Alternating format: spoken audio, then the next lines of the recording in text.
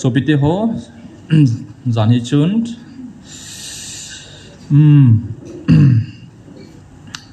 they said he news kaboi be se news ong kaveman ji point news patain kaven journalism kangai sangpen nu thu se kangaya hi le a China chun leisi thil latest news so ban banin se in US salo dan le Russia China world politics so say na chun a conclusion remark chun PMCM metia hi le we are at the brink of something big leisi da hin thilsoh ta khat Lhungdim in om tai ati leisi da hin gimnei ta khat so ding in om tai America chalo dan Russia chalo dan China chalo dan superpowers van muya hat chi thum chalo he di tapoi ati America in Donald Trump in President pu Donald Trump in angai sang pen thu cheng chui pi ham na he dovam a he what is the nicest word amadinga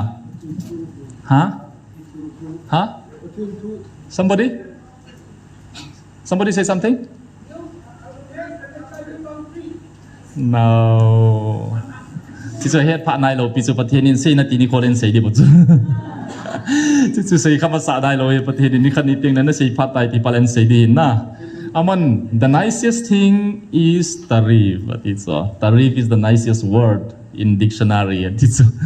tarif กิติฮีตุไลวันนุ้ยบ่อยในจุดนะก็ฮะ tarif เห็นองค์เลยนะคนตุงบอกกระโดดโหลดนี่เว้ย tarif กิติฮีพีเห็น tarif T R R I F F ไอ้เฮ้ก็มีจัด tarif กิติฮีพีเห็นone two text ลาจงชูอัดกิจสิบาเห็นไงโอเคมีส้มตะบังยงเวนมีหาสังสังขัดที่สิ่งที่สันติวเห็นตัวนี้พอเห็นออนไลน์นะฮอตตารีฟกิติเนี่ยขัดเหตุเสียโนติจิชูวันนู้นเลยเสียอาคิหาสีเปลี่ยนเห็นเหตุโลวาเลทูกิจเราที่เนี่ยขัดเสียจริงจีเกนะ general knowledge class ลาตดิวตีอาเจชูตารีฟจะให้วันนู้นปอยากิติตัวว่าtrade war กิตินนะ trade กิมังหิจูตารีฟกิติอาฮิเล tax อดีอิตาบัง tax สมิติอาฮิเล for example แค่นี้ก็สาชูดอลทิงฮีมอริอา order กับบอลโซ frame โซซี order กับบอลาก็สูปิปาขัดก็ซิมสาชู carpenter ขัดนะจิจูลังไงจงอาซิมุจูลำกามีเตนะซิมพาเตงโมลาหินอามันตำจิลังอาหูสังสมนิมนากัจโจคุจิลายาฮิ30,000กับปีดิอาจีจูจิลายาเสียมนี่โบราณมันตำสาวมาเตียเลยดอลทิงจิลายหงรันดิงอาจูสุมตำปีรูดินตินอันเสียมพอและเสียมมันจะตำวาลอีจ้าจูอามันตำไงไอ้วังอาจียังคุดดอลทิงใบตามูเจว่าเสียมไว้และเสียมมันจะเพราะอามาลมีจ้าจูอาโจพาเตงเลยกิมันตาอาโจเต้าจูสังสมนิมนาอาโจจูมริยาสังสมนิมนาอาโจจูลำกะฮอนอีก order ว่าฮีเลยลำกะลังอา for example ลำกายฮอ business ลินดอนฮอนุ่มตลอดปิวจูอันนบโลพาราไอโหวันโจยา carpentry ยาอลินเป็นปานมตลอดวันนี้โจชีฮีอีบอลสุดไว้เลยไอโหวันกี่คงตลอดที่เหตุอยู่ดัชอีที่บอลว่ามิตรฮิเล for example ที่หน่วยมีหัวก็อีต่อจูลำกะลังอาอากำนี้หัว area control หัวนะสิลังอาฮิสังสมนี่มันจู text นั่นละเดียวสังสมในงานนั่นละเดียวนัดตีตาจูสังสมในงานลายเลยจัตตา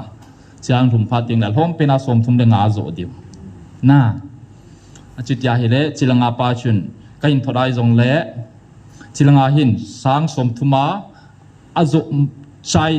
สังสมถุมอาบอลมันนะฮิเลสังสมถุมในถุมาโจเละสังถุมตรงนั่นไรสินะสังสมถุมในถุมาโจพาราจูโมเรปาจุนหินทอดเทตลอดซออัทอดายเลยตรงตลอดที่มีนัดโจเดียลอดีจิสุตารีฟกิติฮีตารีฟที่เลย text มีกำลังเอาคนเอาเกลูดอาหู text กี่ปันป้าอีกมาหงดูป้าช่วยเดย์จ้า text กี่ละโจกิตโตลตะบังอาคนนะ ticket เฮ้ยวันนี้หาเซเปนูจิลังอา highway text road text ปีตะบังว่าเขาอิลุดโนมาเลย text ปีไงอากามา area control ป้าน่ะเสียจ้าจะปีไงชิชุตรีฟกิติเนี่ยเทียมว่าโดนัลด์ทรัมป์นั่งกำลังอิลุดเปเสียจูอเมริกาฮิกำโซ่เสียสังอิน hard hand China ฮิขังตูตูเซงหัดบอลพาราจูอเมริกาฮิตีซบซมาฮิจิเทโลวาอวันโฮอามาวันชิมโฮลโฮมจ้าจ้ากิจูอาจิไลมีไชน่าวันเงินอินกิจยาฮิเลพับปุยที่เหตุพาราจูไชน่าวันโจเสลกัมดังดังอัตริฟักขันซาอินเดียอินาสอดลูดอาโจลูดทิลฮอซงเท็กซ์ตัมปิสานาฮิเลอินเดียดิ่งอาจูมาร์เก็ตนิวตัชจิจูตารีฟกิติชนะจิจูดีนะจูไชน่าฮอนเกนี่เทโกเวติยา lung hang wa sai no jong chun na sata US in hitin chalo jong le ke ho ka deu de po ve ke ho le ke ho ka hin thei ma mau he ati ki lo wa ai wa ngai ve to a hele Donald Trump in amala nga pang ding koi ham ama to ki thoding US ngai lu ta koi ham gol pha ki hol so ai tia bol jing banga ma to te te hot su ama dinga gol pha ta san the he ti hi chizu ka seinom nai piam ti le hi ji trip ja hi van noi tam pi boi ta in Russia zong aeng khan che se tan latest news a chui piam ta hi le Pope Francis Tina chun Donald Trump to Ukraine lam kai pa Zelensky zong ki uvin French President zong chu agazawin Pitam tile Donald Trump in election abol lai chun campaign abol ti lai chun alo le abol ma sang zong chun Joe Biden aso salin kay President Hileng Ukraine Russia galom loading President kong kai ngi le ni khat akas chip de he aji chu Donald Trump zong ka he in Zelensky zong ka he alungge lo ka he in ken ni khat akas cham de he ti a President hi zawa zong chu su something a good a Zelensky chan ke ya mol pho sa White House sa bi zo set dem na zong a dem zong a demo ba ai wanga tu chana he ceasefire ni som tum announce bol pi zong le Russia ke ngadi lo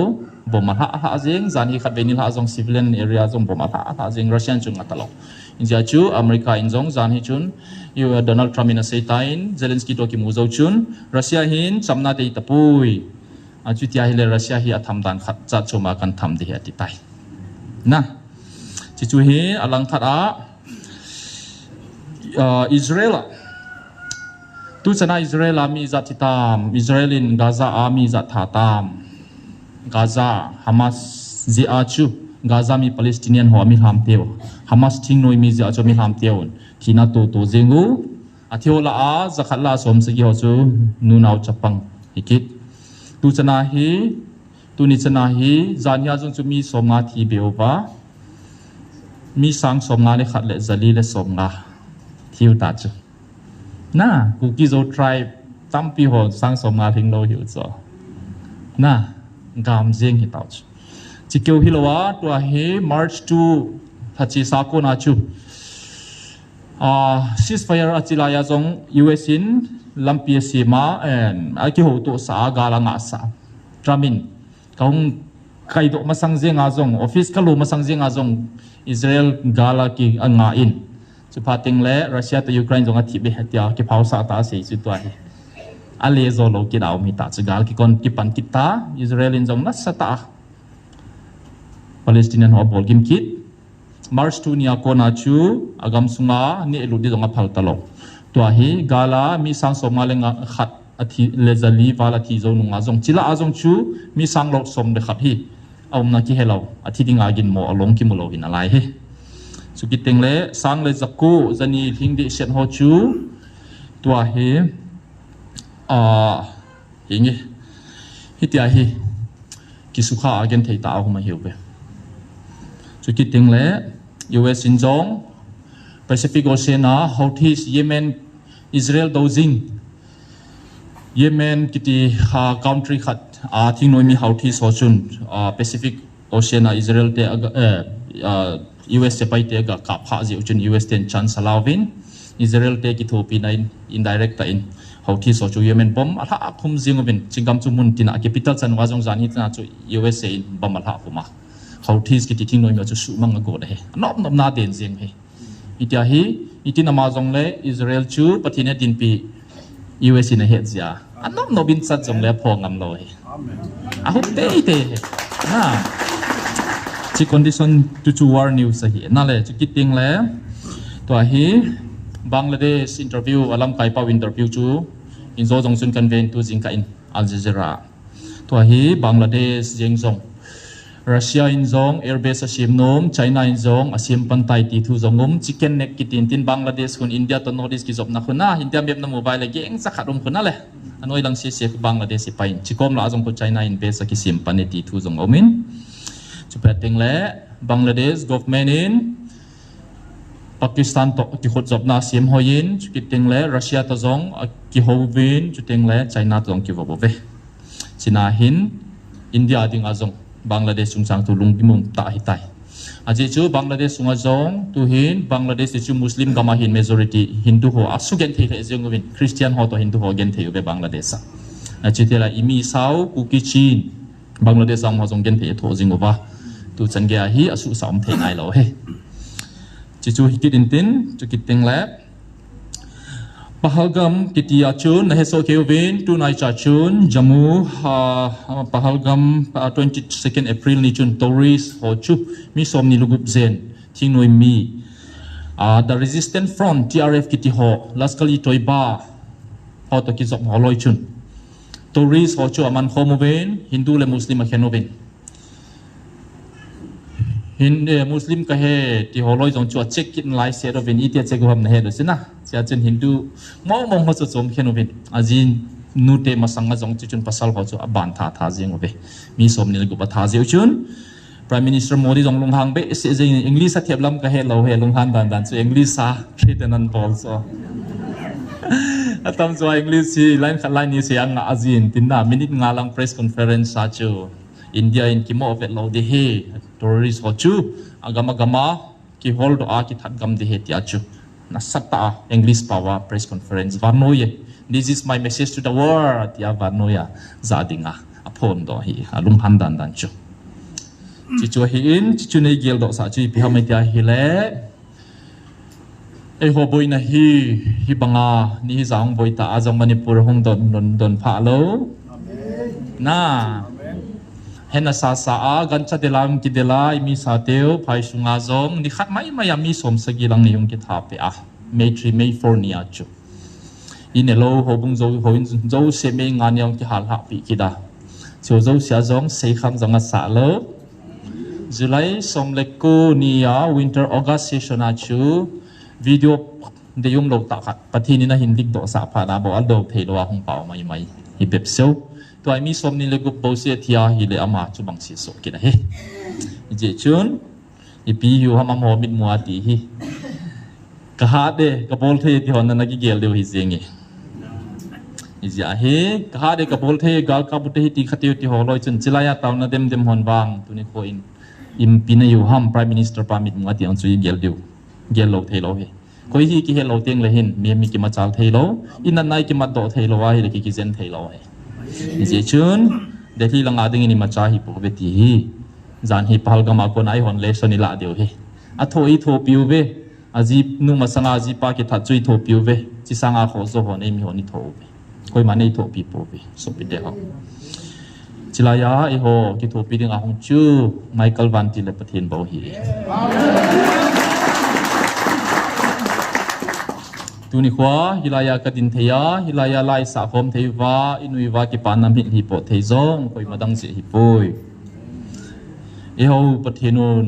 engai lu cha lo hi bo be chi chu hi in chi chung jang thua hin ma so pi zo mi holam kai kat zong ka ki ho bin boi lai chun May 23 24 bul ti lai zong a hin Delhi aum lai tok tinga chi lai zon kana ki ho khai na mana che chui pidang hi point Delhi in a boy pi chui madang hi point electoral politics a hi in central government a MP son do thei nam ho bo a ko sai ne ho mi aza sang a thi zong le na ma ding in ma cha hi po ya ti he e chi chu ki chi sel hi e so pite ho MP zong in ei po ve MLA som zong i ding ham movin ding khom khom hi nam zong ka heta poi si condition hin koi beluwa koi ki thanga piuwa iti chal diu ham solution chu gel leu chun na lo he so pite ho whatsapp mo e wa oi po le da minute nga jong thei zo lo nge ni yo he ki ha sa thei dan chu jan khanga pasal ka he tia jingka apara jan khang chana thu se ya jingka atho apara whatsapp minutes punga ham khat imwa whatsapp lu le jong ka he da he a hapta whatsapp namangai dan chu thupi asay siyong lo local news si Hewin daum tawin noisina achal hasing zingin iko ni tunai chain kamjong ko ma iki hal ha piwin iso pite ho okeng ni te ti ho loin zong amo sun zong kitu povin apamo he jeng tain galum hen lang hen ki kitu diam tia gelovin pathin chi nai piwin gali so pove amen Cicu hin so pite ho tu jingka news ni piti tam tile Shiroi Festival local news akaung ta he ong international ka hin pada India ta hi local aji piam tia hele May 20 ile sakit le Shiroi Festival kiti hi ukrola nei kidio hin first Shiroi Festival ajo ke jo medical team akachia go zu gaban dok mone wan neo may theo team set jeng Shiroi hila chu kan kachiuba chief minister pan ahon na first Shiroi Hills Festival chu 2022 hama chu ne yo he isia ding in June Manipur government in crore group le 6.3 crore sanction about away na festival adi mau mangsa okay kuda huizat sanction je mai pulak ngai le kilomena sawang kuda lak ngai pe ju jong chu kumai update ke bo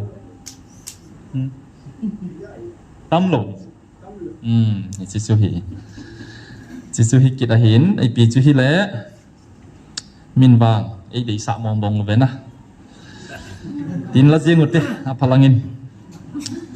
je chun jek ma ki ti pa China a mi house pen pen ani hi pa chuni pi sayam tia hi le mi em ho hi ipi hi momong hi tam business bol win gam khang to hon jong sum profit tam ta sim do win a profit chi pia man ham ti ka khola hi le galman cha su na le gal bol nai namang ji vetich mim hoi kingol momong hi to hi piti tamati le nuclear thu hi tain China in tu nai sign jong nuclear hilo hydrogen bomb khat Pacific Ocean a try a bolin ipia man nagor ham ki hello he banoi hi nuclear man phal lo hi je achu azwa chom hiu khat galman cha kidang ta khara siam hi China in Philippines haptaw khat masang chun apo in question adongin aje chu China Philippines gama hi US hon air base ku 9 air bases asawai tai aje chu US in Southeast Asia ai lo le China ki akuna ki vending na sata aboi pi jinga hi ipia ngai to ham ki hello he galwang anai tultulin mi aki sai ti na hi chichun Philippines Hong Kong ma China ni ipia ti le gal gamdang thane ho chu nagama air base na sim sa hamati hi he tiu khachu ningkum jongchun Bangladesh aboi masangchun May ha hin ka he in ningkum jongchun Sheikh Hasina Prime Minister nuchun agachi in hungin government head masangchun Prime Minister Modi Delhi ang timo pi in US in intelligence mi kharahin solin Southeast Asia Ministry Affairs in charge pa chu hin aman US in chilanga hin Christian country khat ai lo le air base khat nei piubin Bangladesh gama Bangladesh Burma le India zaw na khat ade yuve ti thua ga sei do he ichi chu thu tampio min ichi chu na vet sa chu pi ham tia hele le set hi patapoi le set hi aum tim thei tapoi news vet jong le BBC Al Jazeera valuation anoya ki suno ku tu pa khat cham talo hi sina hen so pite ho ipiti diu tam mai bu chang kan sim kate roman bung som le thum chang som le khara pat som le ni roman rom te na bung som le thum chang som le khat som le ni ipi seam Rome starting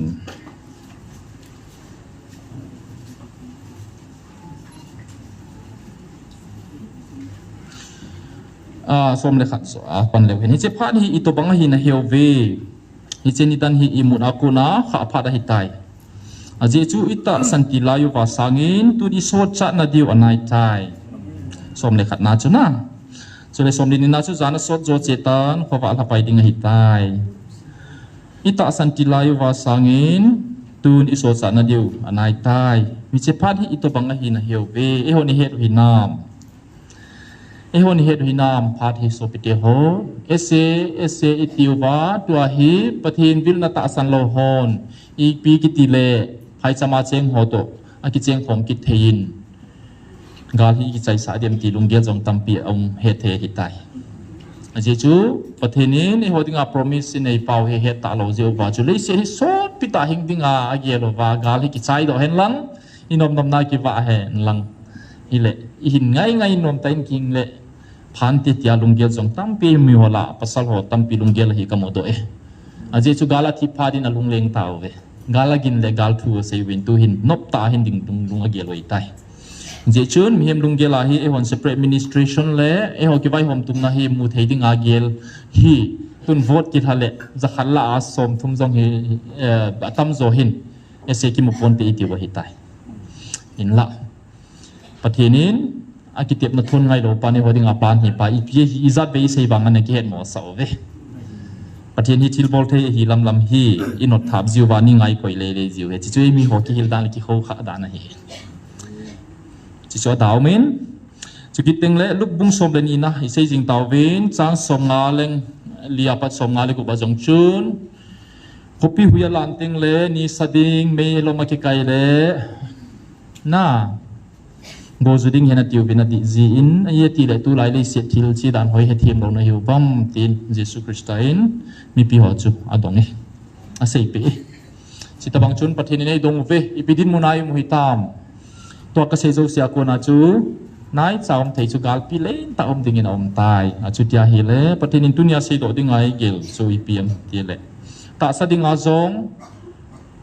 e ho ding gon thu pi ta anein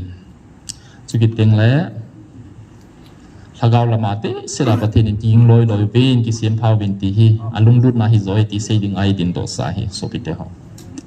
je hin gen thiu jong le gen thi so ta lo ding u pathin in gam tung me piu vai nop sa ting jong le so lo de lo di hi za chu ton so hin ko ding chui gel lo kho tai na je chun Matthew bung som le gup chang som ni le gup chiteng le mak bung get chang som thum le ku ba khoi pi sayam kan sim to lo ding kan se to ding he mi him khat in van noi pum pi nei hen lang al hagaw hin ko al hagaw na chan tale ipi amading apachom what does a man profit if he owns the whole world and loses his soul so pite ho tuni ko in ka gel zingin pathinin officer tam pipi zong in piovin ha sata taung khang le na pathinin nin dok sang ting le pathin nung suni tamovin ka gol ka pai tam pi ho zong tuni ko in ka da pi le jing ji e le se thi zo se ne ya van ga mi chanu wa thil kho hei dan he phalowa imo hin wa taw namu na mi taw jing ho zong i gal vet tho wa e china ding an ne wi sa be se vai le awang phe chung nung hi vet ai ki gel deu he chi ko officer chan pi ho kachingi kathi me kalam kai ti hoding a message ka sei do no ma hi ba no hi so ta loading a hi i volleyball jong le i hagaw hin ko hi i pidin ma ka din ham ti jong ki dong hi te so pite ho a chu tilwa hi le he lo ka awa hi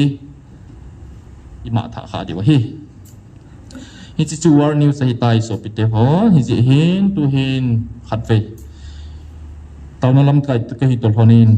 tao na point khat ka tao nomin ka sei nomin chom sa tao khom hi de so pite ho inam sungwa chi nai poi mo ve a je chu idin monu he pathin ni to gon hui plan ni pi ham ti hi he di go po ve atam pi hon e hon hiu ve e he che wa hong hiu ve inam pum pi ni he dong ngai thi lo ma hi e ho chu pathin in nang ho ta san zo se ji a chu ta san ho ji a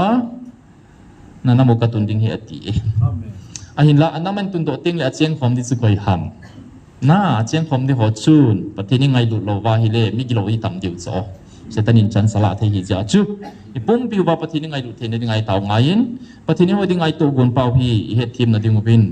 tuni ko in taw na khat sa James bung khat changa na chilai chui pi ti am chi taw na hi ding in ka hin se bol nomin chu ting le Hebrew bung ni chang thum na James Jacob itiu ha ihon James bung khat changa na chui pi sayam hi chi ki thum jing ding ke man ka hin pa jong ka thum jing ka newa para ka sei chu chi hi na lo wa chi na la sama le i lo hela ho se lo wa pe jing pathin henga thum hen chule ki peding a hi ga sim ki ding e na lo wa chi na a la sam le i lo hele ho se lo wa pe ji pathin henga thum hen chutile ki peding a hi pathin thang ba ve ta banga e ho i poi moi pe jing the ta sa keu hi lo chi na jong i peding a ready jing pathin ni u ve Hebrew bung ni chang thum na chu hi to bang hu hing na sa ta hi na sa mo leo hen iti so cha deu ham a thu hi akipat na pakai ta in ase to a zahon e ho hinga phot chit so hin chi chu a dei ding zuya hagau thing hopya he tu sa ti hi to bang hu hing na sa ta hi na sa mong lew hin iti so cha deu ham so pite ho hu hing na ti teng la chilaya se hi thagau hu hing na se hi na zan hin jong English preacher khat sermon ka ngain mi hin ko Christian hin ko hi pathin thu se ho hi ta sa le thagau ading a kop tha jing ke hi ati hi siba ki sun jong ta sa a hu hing na jong a sei tha he ho dinga pathin in tu ni koin ku ki jong cha te hi ta sa jong again the now I ha san na wa pon na hu hing etia to go nei nei pi ova ama ta hu ngai se pi e ho ni zau nang le ke ni zau ingai lu I go le pai u na te ko ma jong I sei jeng na I sei chim thei lo thil so hin amen chi jing la ya hin ana sa mo tam pi om jing lain I ho sa ovin inam pung pi ni he do wa chi la pathin vil na hi he tim tim le nam sunga ki ngai du na le ki chamna dinga hi I je hin so pite ho hi chi pathin hu hing na me si tu ni ko in na sa mo ho na sa lo wa chi hi inam pung pi wa he tim tim na ding I taw jing sao jong le taw ki ting special taw ding tu ning ka dein chong chai taw kom dingo chu ting le second topic ga lut ding a hi ong so ni ki man cha lo di he pathin I pe dung zo ya tu ni ko hi banoi thui ha sei lo di o hi khat na chu pi ham pathin in chi na inam sung wa chi na I samu be so pe te o thil het khen the na pha chi dan inam din munui pi ham ima ba noi pi ham I tiu le pi ti deu I ti lo le pi ti deu ham chi na ngai chai so pe te ho pu pi bo in chi na poi mo poi mitin chi na poi mo be chi he thim so keu ngai lam kai zo sen zo pathena ko na chi na I poi mo be lam kai ho do se ding chi na taum pi te chu ting le pathin to go ni to ka sei zo sia ko na chi pi ve du vam tia hi le I he du vam khat ve nin jong chun ka sei ding phasa pi ka sei do tan ka kho jin na ko nin na I ma hi po ve so pi te ho pasal ho jong za chat na nei ta thui se wa ki phalam ta hin koi manova inu mei I chai naw teu ve kol lo veng zo lo pasal ka het ya hi mo nai ki lawa ki ne sa ta iti pan khom wa hi chi gal hi sa diam ti gel lo ko I chi chu e ho ni ma chai nei po ve jong le inei athu pi pen chu pathian ha chung nong pathian a hi May 2023 pathian vil na kan mu chena chun ken phone na ko na khat pe ka za le ka he da ka mat to jeng a hi pathian in wang I hung vil taw ve I ja chu May som le get nia chu zenim sa MBBS student ka chapang ho hung jam do hon su na di het lo jing la yu wa rim sto zenim sin class hap ta ki le ki pan ki de tia order hin so sun khalung an al ha jing chi chun MP pa jong ka phone in Dr. Lorho Foze chu pa le Paulin Lalho ka phone in itin thilom tai I ti diu tam chi chun idea som e hirubin chu pa teng le cha chu ka he chi pi ham tia hi la ka sei tain chun pathinin jun 13 nong chun hagau theng ni hung bil taw ben ka cha pang ho ko man min li sun piu ben MP pa na het no me ken kan ji do ding chu teng le mun choma college na mun na thei ding I thei loi ngai ka tia hi le zenim chapang ho chune pe pa yo ben chu sei ngai tain rim so chun chapang ho na se ben ei penom po ben ni nga sa ben I pi siam te le sar hathum ka gal he ki chai ta lo di ha man ti cho chiwa hi lagau gi lo hon aplan zo se ta cho ken kama sang ta sa yo video zong ka vet ka zawlon ho jong achu ti ai dei chigal hi gal mai ma hi tapon ken ka sei pein hi chigal hi nagin charu bang lo ding he kumni phai sung alom pe na kumni phai sung lu ta lo dan ki gel ding ja chu asat pe da hi college tang hi hol loi ngai Sathuma ki chai ding gala hi pui arom pe na kumni sung phai lu thei lo ding hi katin chilaya jong zun ha chun ka sei tain hi chigal he no ba no ding he so da so ding hi anop ding katin na chu pi ham tia hi le igal mi teun e ho sanga ha so a government in jong ki thu pi dingu center in jong gu ab be mai thei ai wanga e ho nei din pi pau I chu ho se ki gom sanga ha zo pain apathian pau hing kan chuma chi vai nu sa pha na chu hi chigal hi so ding amon jong achim to ka vai sa de wangai zo de lo de he ka ti hi amen Ni chu June 2023 nia chu ken kam mu chen hi tai ka ching ka thi me ka ti hi poi so pite ho na ka thu sei ka sei hi ki chi se la hi chi na poi moi อีกปันปีเป้าปฏินพลานกาลชีดานที่อันนี้จรีเหตุอะไรเล่อรุณนั่นที่จงมูเทศอีกสิ่งนึงไอ้ปฏินนักการลุกตุตังปีเตาเวนักการลุกโจเปเตาเวตีกาลบางกิจใจไหนพูดอีจงเล่ปฏินก็โจเปอตีกตุตังไอ้ตีละกิตังเสียงเฮสุปิเตหไม่จังยิงตลอดเฮน่าไม่ทางยิงตลอดเลยช่วยปีเดียวตุตังฮัมติจูจีนังไงโจเหตุนั่นดิ่งอ่ะโฮมาเกกิปิวโซน่านักการสุเทียงวินห้องกิสุเทียงวินเฮปุ่นจงเสียเทจงเสียเสียตะสุเทียงนั่นดิ่งอ่ะลาจงอิเสียมตาอิสาอูจิจูไปหัวคำศิลายาปะปุยจนเลยบอกเขาบอกว่าเกี่ยวกิจวัตรเลยที่เราจะจานฮีอุจังมังทุเซจงกังไงน์ testimony เฮอุปทินพัฒนาบ่เห็นน่ามิจงเสียงกิติลเขาในนั้นฮีอามาเกี่ยวกับ point กระดังเราจงตั้มพิวเมนเมสเซจจงเองหาวินศิลายตาวนมุนักเสียคนนี้ก็ใครนิมมกังตายน่าก็จะโดนกังตายน่า number 4 กิกับจิงป้าจงชูขัดเวจะเจ็บงอลเทโลป้าจงชู number 4 นี่กิกับบ้าน่าสตางเบริเจ็บงอลเฮลาฮอลคูบังอาคูจิงป้าจงชูจิลายขัดเวหงอินอาจิงนี่นางไอที่สตอรี่จงมจิงไอเกี่ยวกับมันกิเสพน่าอาเจช่วยหัวบอลทูฮิโลเฮปะเทียนพากาวินไอซิมพัดไว้ชุดน่ากิสุเทียมวินที่อะไรหัวหินหูสัญญาอิสุเทียงที่ความอินกิมเวลจงไงอีกันชาวจงเทียนไงปะเทียนชาเทเลยอิตาชาวจงเทียนไงน่าลำกระสงเบวินเจงโกยดุนไพเลนลุยดุงกะกะเวนอิติบุญอิโอวาอิติมุทำกะเฮลเอาเฮอดิมินเนี่ยนะดิมินทอซีนะบอบินฮิจิจูอีพีเตมติเล child pediatrics wada lani la tum chun survey ka bolin kum ni sunga hi nat na hi iti phat au ma chapang ho hi tip se tun jang ka vele chun pediatrics wada ko thlong la ya lum jeng na ni sang sat lai le hin tui thom zia e honi gel chun na lai pai popole go hong zun tin ki thok ha ta ve ta iti chu ai pa nga ku zu lo wa lani la tum cheng hong ngom ji chu la chi phat teng lau ya thang ko chu thoi na ba ini na wang chu ai cha tian ni le sum tam ppc nu chu la na ko inอีกเสียดายเลยที่ยิงจุฬาอีหาลหาเทียจุฬาน่าเอทีซีจงมจุฬาอีชัวเข้มจงเทียนเราในเฮสุปิเตหอน่าปุยจนเลยไม่มาฮิปนังมาหินควาจงในกิสุเทียงดิ้งปาจังมางินจงใครนี่น้ำมันไตเบรีมาสังกัดจุเบรีจงน่าอันนี้อาบอกละจิลาฮิปทินกิสุเทียงวินเตียเมสเซสอะไร personal ลาดิ้งอากิลาอากุยมาเสียงไงลองอาจุฬาน่ายาฮีสปิเตโฮอีกฮัมบอลเดียวเฮอังอาจงนายโดยมือจงเล่ปะทินหาในเปียดิวโซเกี่ยงกระสัมตั้มปีกับไปหายตัดนี่สิไอ้บางกระสัมกิจงในปะทินน่าหาในเปียวเฮเสียหินมีเทเวตันเทดิงินจงอมฮิดิวเวนอีน้ำปุ่มพิมปะทินเมสเซสเฮดูว่าอาหารน่าอีกเสียมพัดเดียวเฮอีเต่าหนาวเฮเนาะจงขัดละเต่าเตปะทินจีน่ะมองเงยเปียวเวนอามาลุงเกลเลยอัปลานไอ้หัวติงอัปลานหัวเฮเทน่ะเดียวเวนจึงเลยอีลำไก่เตียวจีน่ะทุ่มเปียวฮิดิวเวนอีน้ำปิวจงเต่าเปียวฮิดิวเวนฮิตตะบังหูหิงนาโลปีปะทินไอ้คนเปียวฮีโมเสียจีดิงกับพัลโพยกันหาปันเต่าฮิดิวเวน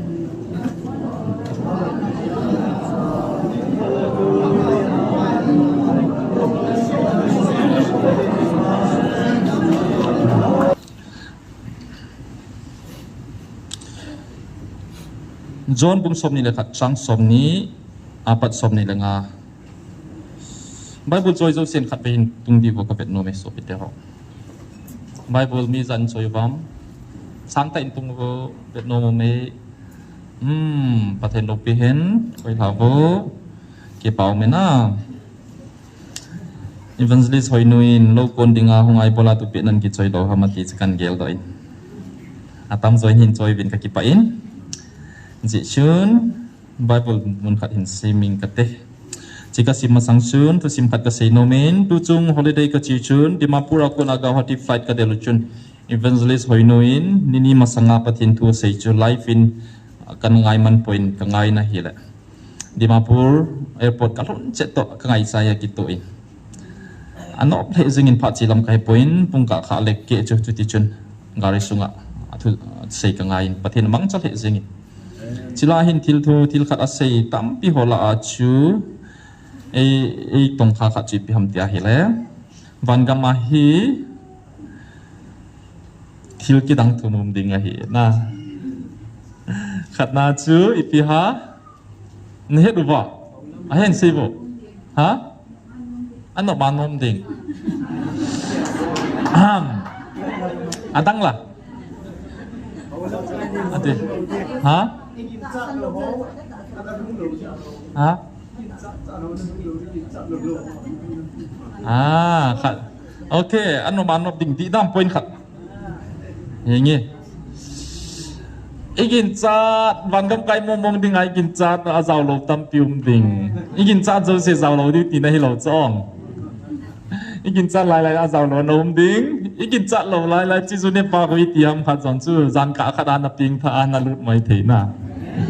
Chi zu surprise na atum na chi ki ta heo. Igel sang anom so di pastor dang kachun van gam nop dan chu hi chi lai hi ti zep le ti ding om po ye ti so a chi khadan na chu na ma chu van gam ai ka chi ai hi chi lai hi asoi zep hi ti zep le ti ding a ki mo po ye a ti chu point thu ma hin na ai wanga point khat chu igin chat lai ya na no di pa chu ti za dong ta hi so Judas Iscariot in Jong Chun, Jesus Christ chu, kum thum le eke thing zen na zuya, ministry chu, a treasure la jong panga asum kol zo si, chi na bet sa hi le ani le cha jong chu ma boy pin na hi mai thei na lai chu na. A ki von na di chan gya na cho pi ji mai thei na lai hi chu.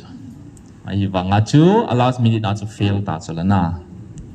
Fail thei ma hi so pi ti ho. Ka gyal zingin Pastor Crusader sian lang to say to pita ta thim ta ai jong le chi thei lo ai last part le ki khela the mi him hi we are not infallible na ki khela the hi Bible hi translation jat choma interpretation harmony bolji te mole I boy do uvin hi je chun denomination dong om lo ji in kinel bau tam so ji pathin lagaw theng pui hoi hi le ban chu khat ai din diu do la hi ki khen tel na hi pathina ko na hi lo pathin lagaw ma ta in jong chilai sei chenin Ji chun pi ham tia hile ka gel ji in iti khat le tu den ho bung dang khat ho loi chun ke hi ka wang pain pathin zalin exposure chom ho bung kala ka newa palai tai hong khang len kai point ke ho bung dang azong ka chi le ale kha chom ka sima study ka bola analyze ka boli thil nia chi khom thei lo le hoi lai ta chu boi ham ti ka khol ji hin china hin ho bung khat ho loi chun lagawa hal ta hi win a ki hil te mu le hi tina ki hil win Jesus Christ ang kit pating le second coming of Christ rupture pating le hin mi ping tha zo si kila to ding hi pui overcomers akire di sa ho na chon set na nei lo Jesus hung ding nga lel jing ho Bible azong ki su na hi ichi ho ong la to ding hi ja chu na banu ki su thing jing na ti ho chi ho sei na hi na revelation azong work out your salvation tin jong sei ya su ching lim gi cha yum ding ini I don jong I chi thei ding u I kampau jong I chi thei ding u chon dan jong chi pating rupture le Jesus la tom di chi chu overcomer so na booklet ka sut na chong chun I hop le lew ka chong chun phate na ki sunin Jesus Christ hong ding nga le jing ho taita sa jong ki sunin mun tam pia ki sunin ki ging jing an mun na ko pa thiam bang nang ho jong nong le khan thengon ki ti ko ki mo sei lo hits tu ni ko I Christian hin ko I ki vai hop dan ho ha se ngai poi na rapchara kai lo ding hi chi dung zu ya I chi diu vai hi le rapchara la to om lo di tam mo he ti na hi je chun mo nei ding chu ki su thing ngai chun je nei ding chu thing avan jong ki se tim phata mo puya hong ding phale ready ding au ngai hi chu ready lo wa hi le mo pai na dei lo di chu ja he ki ging jing au mangai je chun igin cha lo lai ta ai lo igin cha lai jong thu thei he ti na vet sa nai Sukit hintin juting le kidang kasain patini ngai lut na hi ke hin ka hin khoin ka sei singin ima ka hi pon chon sen na tampi ka nein la sam na tampi ka nein hi chong la iti lai powin patinin 2 Corinthians bung som ni chang kwa sei na tabang chu my grace is sufficient for you ka ngai lut na nang ading na thing sereti kalunga ging singin patin ngai lu jingi tabang ha sam jong na ti ka he in ka ki pa in tu chung jong chun ka po do ding jong chun Mumbai Goa ka loi te vila ka chi ding chun ka chi do ni chet ding chun pathin lagaw vilna hong lung ding thu ka zain ka lung hang thimin ajing ni zo hele kilawe e sei pi obin kyong mi khaden phone in pathin lagaw vil nom ding hi hoya nom ham na jin do hi toy kilawe kinga nga ka chi do zowa thu ponan sol chula ka tin a chi tia kinga I pi hin te tia chu kan no thima hin na chi jong chu me April tarik ko ni chuna ne he chuna to pon nu kha pen chu ichini chu Dimapura to ka sei Mumbai ka chi ding ni ko hikit apart dong chu pung thum hi kit chu tia hele ke Mumbai to Guwahati apat Mumbai flight kamat di ku pung thum le minute sob lenga kalian do dio hong hi kit sa chu tia hi le ke chu chi wang hi adi mong ta poya phat jong ani khu keu hi lowa online bank ki zaw le ka tia online na san chu ka flight timing to len na sunga om ni chu internet lo cho len na ka tim la set ke hin kidang ka sa khat omin azi jong ei sei people win flight chu delay jeng in na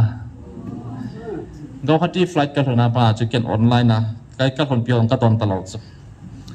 airport a chu earphone ka kitwa ka ngai jeng hin no ka sale jeng nang ho ta tong ka hin join ni be online na chu na da chun check in ho gya jong chu ka boarding pass on ka pe pum pa chu ka ngai jong ke flight chu ka to minute som li lang delay chu a ji be ya flight chu internet lai cho lien to ma sang chan na ka ngai flight chu amen ka ti ka missing nang ho sap sa ba chu ka loi ho ni ve du ka ron pi hon chu line ka adi ma hen tin ken ko yum lam ka he ta lo cho ka manga ha dong ki dong he yo ka dong ha ki ho so ka ron pi chu za sak so ke yo na ei si ji ji ei si lam lam dong ka he ji lo na no ka sa dan chu tu chunga promise to people na le ijen chun ja chu la jong i sau la na sau jong chu ka zau pe kit na lai na i zo in sa tau chu na i sa ma chu sau chu na i zo chu anop dan chu pathenin van mi ho ta na sa khom hei tiu chu la na ken jong flight chunga ka sa chu nop ka sa dan chu kai ve chu so jong ka ha to le mi ve chu mi chin tu ka kit ja chu tu pon chi tha jin kidang ta chu phat ka ve leng ta mong lo zo delay jing chu phat a chu chạy na ka hong len to ka hong len noi le minute khat sung ta bang internet rum na lai cho tu pon chu ki chai na lang ki no ta chu ki chai ti tai ka ti na sei do se chai ta chu ka za so ke ta chu na ja chu ka internet ka len nunga jong chu minute khat wal ta bang internet rum na lai cho te tharing a ko na adi ta chu mobile data off di chu oi len do phateng le pilot khon sei ve ta je chu technical problem thei chu control lo boi thei na message si thei lo de radiation hi ja chu flight mobile data zo se off in dia chu information sei ka ngai lo chu ka ki za mo sa ke internet man ja le na kra zong le chu ti tan de ka ti ta chu ke chu ko ka sa lo in ka ngai thung ke in tin ja he nge a ki dan chu na line khat bo ka mi sa hi a thu sei chai pa chu internet beijingแต่สุดก็ผมนั่นมันก็รู้นะโอ้ยปู่อุปมังเนี่ยวันสุดต่อป้าเขากระทะซิมไปเจียงกับมัวจู่หิเลยคนส่วนใหญ่กระทุ้สาตัวเสียล้านเราเกี่ยมันเจตังเอติโบเสียจู่กระซาเราซ้อน่า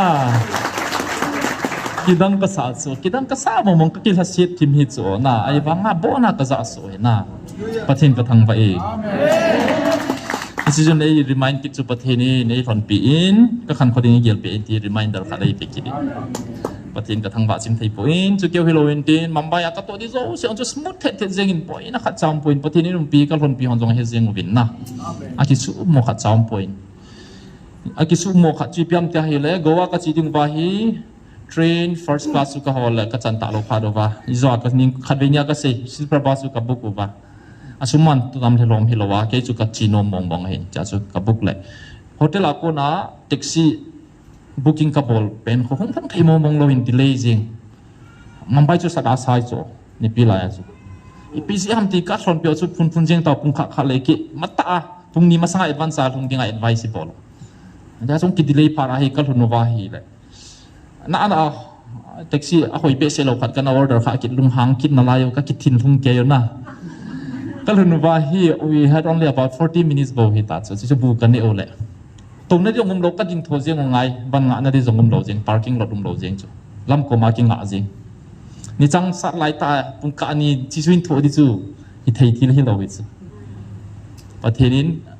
แท็กซี่ไดรเวอร์ป้าจะเห็นบ่อยๆกัดรถนูว่าบุกันนี่ใจละการีของเราก็ดินมันเราก็เชียวเลยปุ่งการทุ่งก็เลยจู่ว่าการีของสกิตตาเสียงไงบ่อยที่จู่การีจู่ปุ่นเนี่ยลำเปียของสกิรินตินkalau yo cuy si vejeng usum na it mana lena nak tiket nak kalau itu ba anh nôm nó bây giờ đều cái chuyện lung hàng hiệu hình, bắt thiên ý ra cái tu ni trip mồm bắt thiên ý thon piu hình là gì này nghe này, tuân vang cái này bồi ở dưới hôm đi hè, cái thiên na, cái thiên khô bị, nên rồi lấy sĩ việt thâu việt nó bắt xả về lâu hình, thum cả ngào cả replacement hông anh na, anh ngã cái thun nó tiếng ngô chú, cái vai cái u, anh vang á, cái hot tour plan tung dưới, anh bắt thiên ni hizong le, cái vào lối chơi điung kile bay đi cái tiêu, anh ni chú Palm Sunday hình tin, Sunday ni cái vào le điung bắt thiên nó phá lâu rồi. Kalau thun wa chu sun lang hita na ima zo se vai ngai ta no ta ki chol wa ja chu pathini nga ki pa tu ka se wa taw na kaman khom na chi pathinin plan ani dan chu ka ge hin ka pa le zengin chi chun nang ho to iki mu ki do bin ka ki pa hi chi keu hi point ka hin kho hin pathini ngai lut na hi amon mo da ka he zingin hin khonom ka sain ha san again thei ta sa hin do la om jong le pathini ngai du mo mo ti hi ka ki he chen je hin khonom ka sai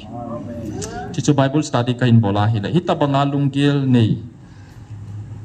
seji som lani hola khat au min ichi thu hi pathin thu jingka na ho koma sei do ding ai de hi ikitil khom na ding ba ta sa til ho til dang thu hi pathin pha sa le me tri ni le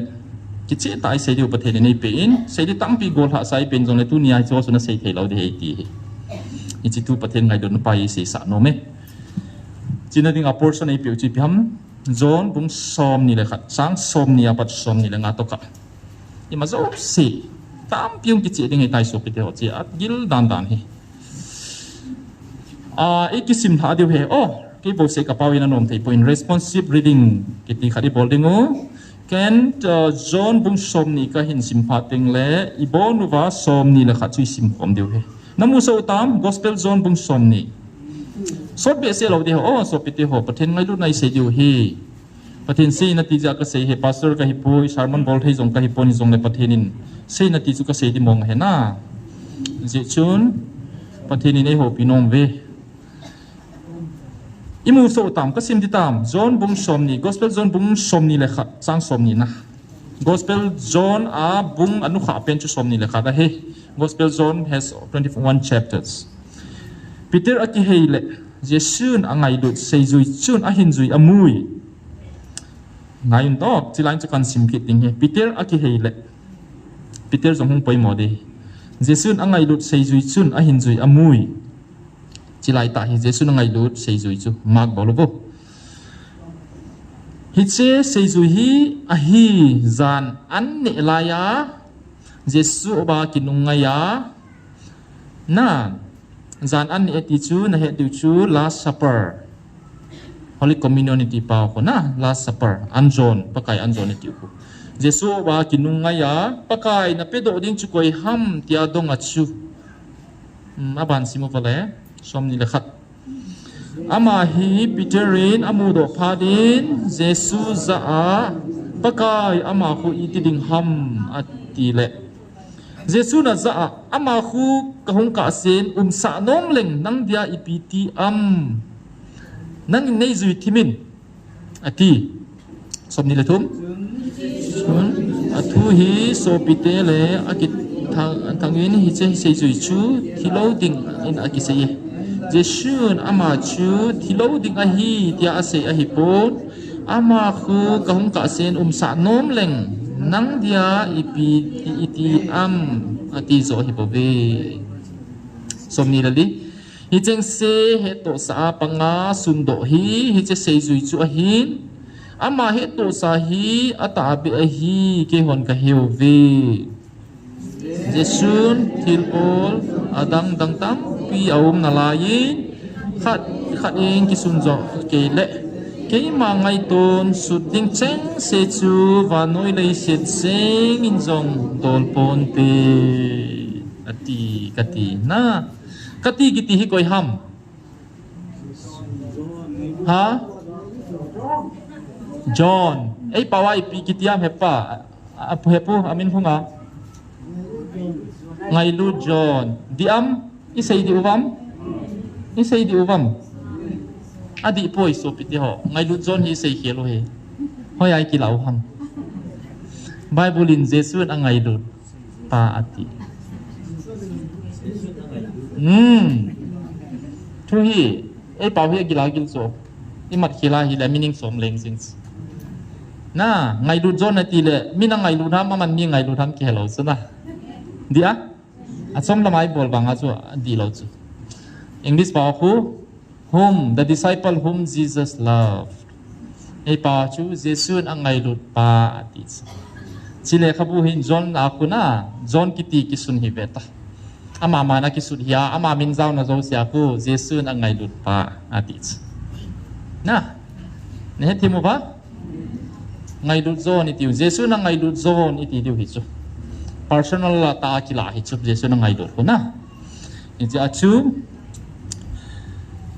Peter ko hile Jesus ngai lu ki go jing Peter ti di amin thong ta ko Peter ko restless Jesus thil khana bol jong le ibolai ta na bol ham ka thi ding ati lo na thi thelo de he atia question na bol jing Jesus ngai lu go jing na keng sok pe nge ti le na sok thelo de he atia na ai wanga Jesus na ngai lut ki head disciple mi som le nium chu Jesus na ngai lut so okay na Jesus som le ni ho zo Jesus na ngai lut so okay ahi wanga Jesus ke e ngai lu mong bong etia he chen chu zo na hi zia chu tu su zo sia chu Jesus ang ngai lut pan ati hi Peter aki he le Jesus ang ngai lut seizui chu chun a hin zui amu e ni chi hoi la ya thilsoh ham ne lu bam Tiberias tuikola chim be sewa chim chu koi ham ti le Peter hi chu athu chim sun le chun na pathin in nga uvin mun khat khom ven ti wa khom wa chim be se nga ga man taw te ti ki pan to zeng hi chu tia chu ka zu yu chu na chilai chu vele chun verse sagina chun som ni le khat verse sagina chun cha chu gal i khat Tiberias di le na chu le na ga siau he taw chu hilanga 7 kulanga 7 na tilangan mat taw chu na mi khat hunga zan khanga chu le na sew le imamu ta lo pe chu a hi wanga chu mi sei ju Peter le zon bo hi lo dang si jong adang ho jong tampi jaw ba chi ho la a Jesus hi hin he do pa chu koi ham mi ta hi le John na Jesus na ngai lut ki het pa chun pe chi hi Jesus hi bo we ti het chu Peter na het pha lo anga pa ra chu ngol jing nga za khal le so nga le thum hi lo ham na len khara kai do chu tambe siang ngol pi jeng hi chu ai wanga hi chum jingai chu Jesus na ngai lut het pa chuan a chinggi ge chu chipa ko Jesus he Peter te pi a hi le i piti tam Peter pi bolam kung sunga ko na dil panga Jesus chu agal muwa Jesus na ngai lut het pa zon chun Jesus he an ti ta chu a sei do pha na chu Peter a zaman lo chu za tu ya ki chum ru da sia del so hello chi chu thilsoh he pu this is a different story to achina chi jong chu hi chu he so much Jesus chu nunga hela hel cho impressible god hi chu Jesus ka ngai lue ti pa ko na again dan da chu Peter in ko chu vian mong ta ai wanga zon chu an tia jong chu zon chu nom ta ko nga hong ki ho athu sim kan sei chom he na pastor saw he Jesus he ti he para Peter aza chu khang lo da azia tu ya chu anga da ha azia Jesus lama zo ai wanga Jesus dang si chu ko nga ang ki to lo ki ti chu Bible ki chi Bible ko English preacher ho thu sei ka nga ya he la Bible he reference adang dang hol ngai lo wa patin a simple the pe na mi zo sen he the ding a Bible le su sau he ti reference le khu chom sim bia ngai po ti chu patai si ma hi le na dai se ki bolai le ki che he is a chu he ta chu Jesus langa chiova athu sei ho chu chi nga sanga Jesus Peter ko man ngai ram ti question do jing chu ka ngai lui ti chu thu sim chu ma hi tai chi zo wa jong chu ki zot pheu a ki zot phei pha do wa chu Jesus hin angai du ki het pa ma to thip bia ki bom han chu a ki zot mu fa da Peter eng se ki ta chu a ki hei phei la mu chu eng se competitiveness a nei chu insecurity nei chu Peter ya hin ko hi mo pa cha hi to gen thei tai tu la ya hi Christian tam ta ha hin ho chi chu hi bu chu Jesus na ngai lut ki het lo na Jesus mi zo se ngai lut ki bangai ke ngai lut sum pon te ki ti thei lo thil pha bol ko te mi set na hol ho hi Peter ta bang hech eng set na dim Christian la na tu ni khwa hen Jesus ni tin ni khwa nang ho command si pi sa nom chu hi le Jesus angai lut hegin ka hi Jesus ngai lut mangsa ka hi ti khat chen ka ngai lut ti ka se pin ti ai din sa hi so pe te ho chỉ tia hi lẽ hi chỉ chun ipiti tam ai ho tu din mun to ki ba na tam piu mi chỉ chun specific tai na sein na vet no mo jong la bul lang chu pakai an zon chu veleu chun Peter hin pakai jisun min na hola khat nei zo lo diu he ati phala chu ki mo to ki veto ta chu koi pen hi di ham ta ki view ki ka hiam ati ai wanga jisu adong ngamom lo chu atu sim leo chu na Peter chun Jesu ko ma to Jesu ba ki ngam pa Jesu na ngai lut ki het pa zon chu asi pheya nang ga dong ati ama an tok ngam lo ko yi hiu ham tin ka dong in ati ya chu chua hi zon in cha avelan sut ki ta chu pakai an zon an ne khom ni la Jesu op a ki ngam pa na gol hang den tu na gol hang khat ko ma op ma ki ngam thei ti chu na za zamom thau chu na ai wa ki ngai lut na vet sa pa chu a ki neu sa na vet sa pa chu chapang hina hing Jesu ko ma ki ngi sa chu chapang banga o ma ki ngaya Peter ko ma ga sia Jesu chu dong ko pen yu ha ma ti chu ja chu Jesu na to zon in Peter sei ja Jesu to na chu bang a pathin ngai lut he a ki sa banga Jesu ngai lut he ki sa Peter in Jesu to gep len ta nei chu e banga zon chun tip pi je Jesu na sei chu keng so bing ati zon la keng a do jing question na bol lo sini tha jong chena o banon ta alung mong ta king an ni ta bang hin koi man thai le in kon man no me so pite ho Christian in kwa na Jesu ei ngai lu mo moi ti ki chin ngai tu ni ko in chi message sa hi in china chini pi ti tam Peter ake hi phile Jesu na ngai lut John to chun Jesu a chi ko mo pha chu eng se a pakai ama khu iti ding ham ma tia ga boy ki pe chu zon khin khoding khan khoding a gial chu na ipiti ding ham ti eng se na chu ti simi bet do ke la zon to James chu Zebedee chapai chu ama ni mai lo ham na anun ban ga ma khat je lang khat ve lang a to sai na ti chu isi to ki zama eng se suma Jesu so do hi mai thei chu athum ta pa ban ga ma chu ma ni chu nang leke an je lang a zon chu to diam tia chu do nom hi di da ni chu pakai chi ba ki sun poi na ama khu ipiti ding ham tia ga do i chu zon khu ipiti ding ham ati he pakai zon lung hang ta ning gi tel hi chu ning gi tel lung ta Christian zong i tam mai de chu pathi ninga ise ngai se na nan nagam ding tao ta hiubin hong ki sem phau ve na te de pakai nei dam sa doi bin nagalun divin tao ta hiubin kalung lam pi hor ma sam te pakai gal ki sai sa loi in te tao zong ning ki te lung tai pathin thu pe i tao no pathin in sang ta ki het lo na sapa khat in apa ko ma pakai hepa kum thun teng le jin to ka nei chopi ne te hengi ka chopi te din ne ti nu nga zong jin ka ni la pa jin to ka ti jing Christianity tang ni so sei sa sei apa da chuning ki te lum ta chuna chai na le ka sei ta chu la ka chopi din zo ka sei ngayam ati di hi bu patino zalwa taw hobung zong itam na lai vin taong the jing na patini chi taw ta uvin hung ki sim pawin nagal di vin taw ta hi uvin ke man ka tu tang tai ke ding an siovin nagam su thieng uvin hung ki su thieng vin na tiai de next step itach me tri apada taw na point ki hian lo hobung itam cho na chi tong chu Peter jong chu ti chi he mi pha he mi se hi lo pi joi ba patin chu ama holung ge la apui go te na patin chun im zo se bol the na sei zui zon banga chu pakai na sei ka hi jeng Lhungdim pong e tia ki pe ha ngam yum lo is in cha chu gen thei ta in koi manuwa thil khata so le hi ti thei pon te pu ti thei pon te ai poi ji hi ta e banga sei zui Jesu na ngai do zon banga poi kha poi lungmong selomen ama bu kong ka sen sa nom leng nang dai pitiam nang in nei zui thimin ati e na pitera po ta chu ning ki tel ta chu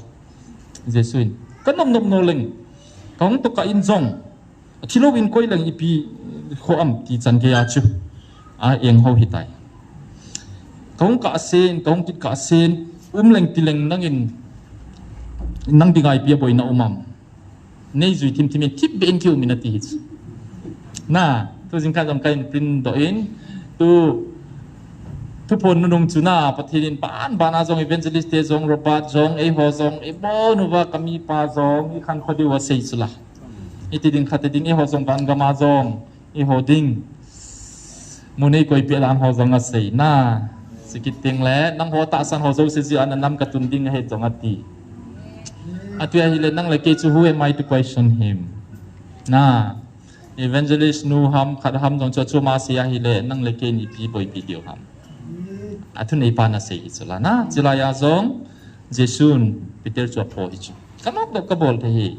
thilowin ka hong kit ka sen rapture chanin hingin ko inge ki jong leng nang dingai pi aboi na umam nei zui tim timin tia peter pho hi so pite ho ki gelu hi tive i nam sung wa jong pathenin vil na le thu te pinei ho jong hi thei ponti chu ti thei ponti a hi tingai poi bible ki sun poi ti ho poi ni de ide zeng oven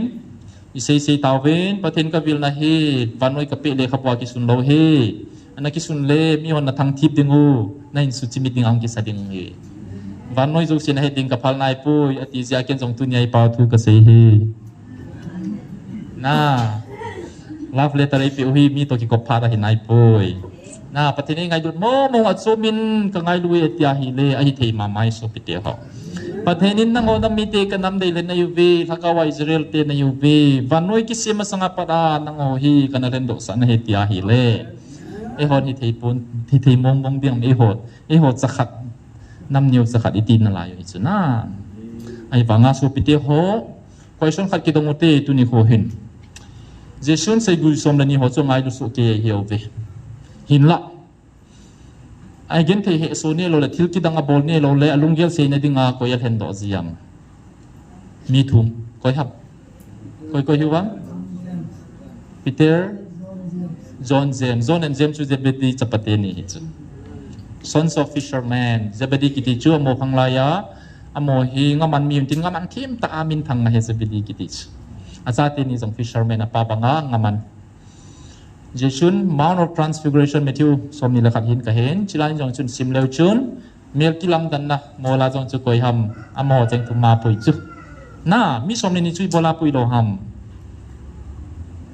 anom da bol the anom da bal hen the ti nai chu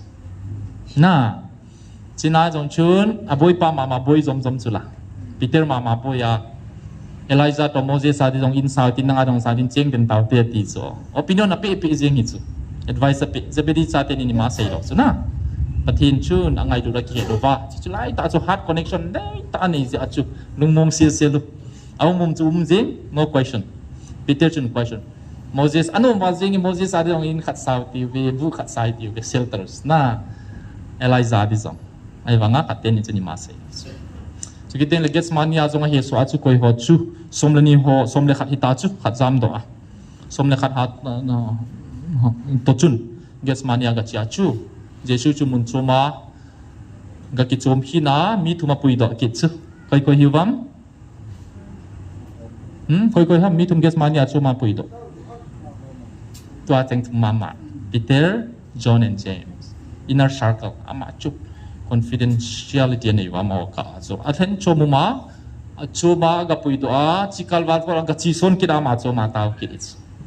layer by layer quiz na je chun tu ma sang Kerala kon doctor khat ka sei ta in Christian Hindu ko na Christian khat pa chu to ka ki hoin kai na ka kon cha ka don pam pathinin e hoi ngai lo dan nam ngai lo dan ka sei ya English translation chun ka pi la atiu long jing cho ichi chu ipiti thei dam pathin mi zo se lung se dan nang ha lung se chu ka gil thei ya ti jing chu mi chapang aing se dan chu ka feel jing chu la ta ba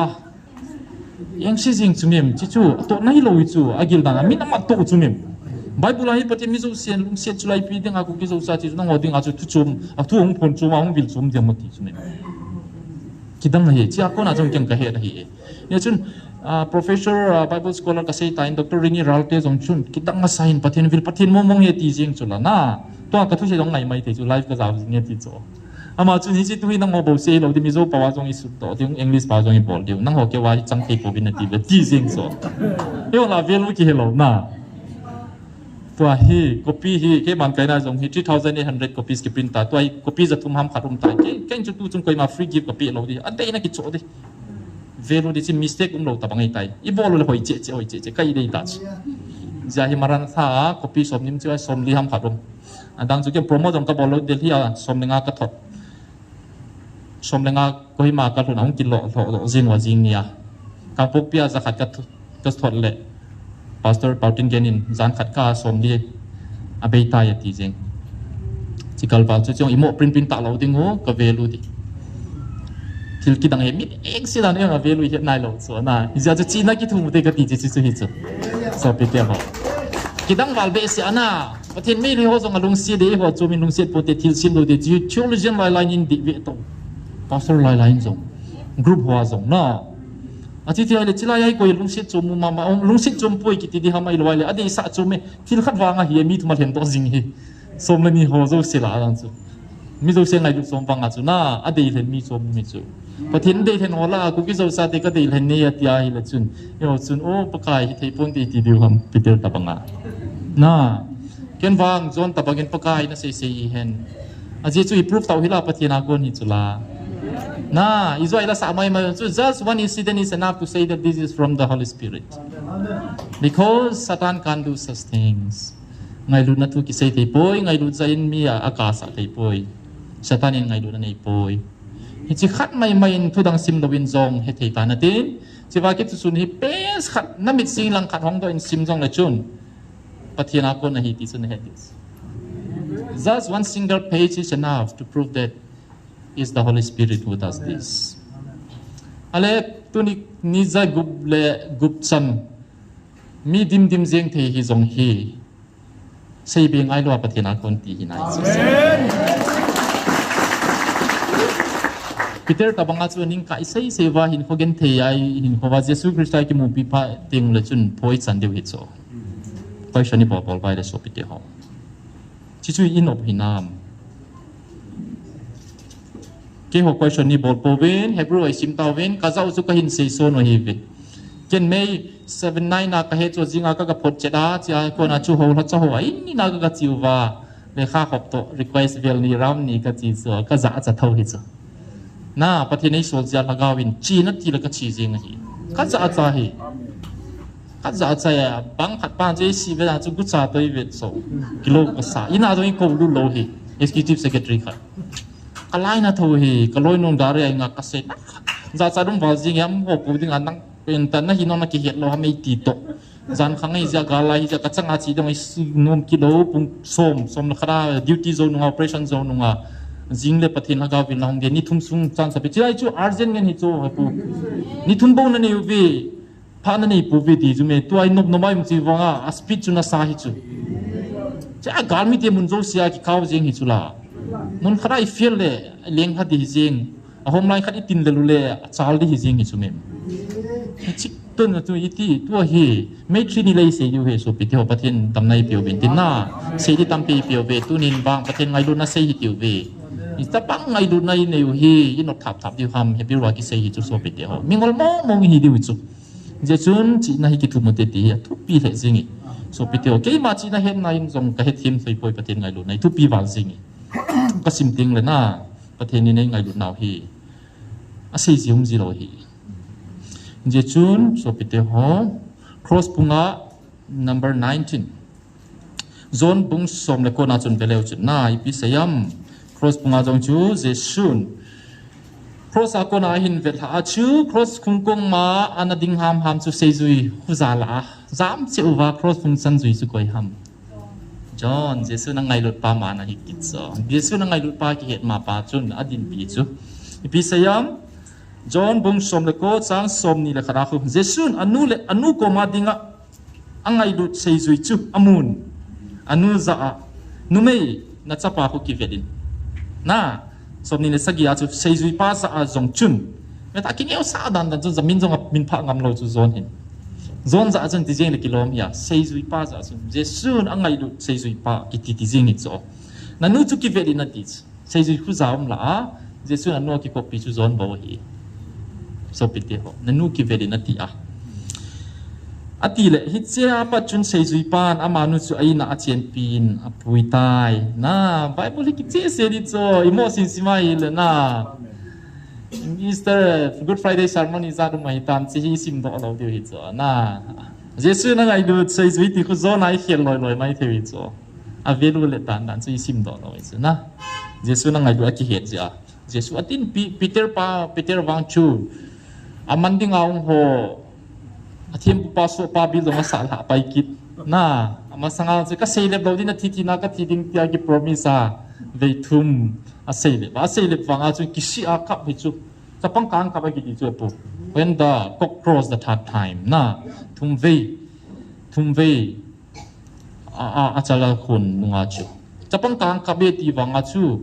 cross and cái chú hiện lang chỉ biết chun stage lang cái chính tin cái dòng thì thang cái tí cái lom ta chú na không bằng cái Jesus ngay đuôi cái xây pa chú cross bằng dòng Peter cái muta lom pi chú la zonin thiệp bây giờ dùng cái chú na chú kita ati dấu tan ipitam tele somni le sagi somni na chang li na chi pi tikitam na la na le so pete ho kasim no me ken zon hi bung somni na zon mama hi Bible study tabang he zon hi tu ni bung li na chi pi siam tia hi le ama nu zong ti chu Mary Magdalene na sei na hin Mary Magdalene in Jesu alhana um ta lo he pa na chu hung pe a sei zui hong sei pe ama nu zong Simon Peter le Jesus angai lut sei zui na heno wa Jesus angai lut sei zui kiti kita cha le khabu dang akhun Mark Matthew akhun John ki sun beta a sei zui Jesus henga ahong haizelin aza thona pakai chu thana ko dina pomang hoilama thu hitam ka heta povi ati chu chasi piti tam tia hile koi ki pan kitam na aki hat sa pa mama ki pan kita chu Peter le sei zui dang pa John a sei na he chú apo dọ thon in than lam ahung thon ne ani thona khai khom a hi thon wangin na alai ni atupi dan dan chu hai khom a hi thon wangin sei zui dang pan Peter ada than thung athung masai cross punga agadin pipa ma pan Jesus angai lut heart connection nei pipa ma chu Peter Jesus hel jeng pa zo ho khela than thung masa thau nè thêm một vá, Jesus ngày tu lai le energy hạt na zong anh ấy xây ngay lo hạt jing chi jing đào tung lo na Peter to thấy không hòn chứ Peter hin al hay pum puma lungial za này tí này Jesus hoi lamong te deo ipiti te deo tia chu lungim ta chi na man cha jing it hạt pa chun jang pe da lan chu zot jing chung masai chu na hạt pa chun Jesus bo lunga giel chi Peter in wang thili zakaya giel na so Peter ho cross punga Jesus na tiding asay jong chun Peter mama hi pi sayam ti thei pon na ti hi thei pon ti ti le Satan nung si na ti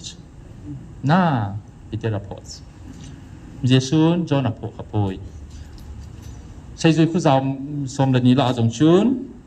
Judas Iscariot da ki khailin awai apo ke tai kum thum le ke chubang nga Jesus ne le cha sila chena boy pia suma kolpe wanga chu China fail he so pite ho pastor ka hin evangelist kan koi jong le thu thing hiu be ke jong thu the ke je ni taw pe jin ka ti jing a hi ki taw pe to jing mu ti ve hin la je shung ngai dun na ki he chen zon wang chu ati thi pat most ti ku pia ma hi ati thi pen hin lo ham na zon hi apu hing lum ke hi so adang lo chu abung bua ki khai loi na thi na zat zora martyrs ga mintin zone hin revelation bua hin sula jesu ngai lut ki chen ja chu alung thim pathi ni namu ja chu na ngai lut ki ja chu le kha sun dinga man sai revelation zo se thu gu ho zo se chu til hung lung dio jong a su hi thu poni ti phating le ni hon chi a sei dan tang jong de poni pu revelation na bible revelation ki ti to thu pon hi ki bang lo hi chu ha chu prophecy ta bang na ang lung ding thu ho ki sei chu hi ei ki sei pi chu ei pawai pi ti ki manam thu pon ni ti le hon chance la nom hon revelation bible thu pon kalwal thu pon dangam lo di ei ti wa hi le na chi lai ta hui boi ki ri chu ei pawon na kha sam ki ta chu chi lai ya hi pathin face to face a pathin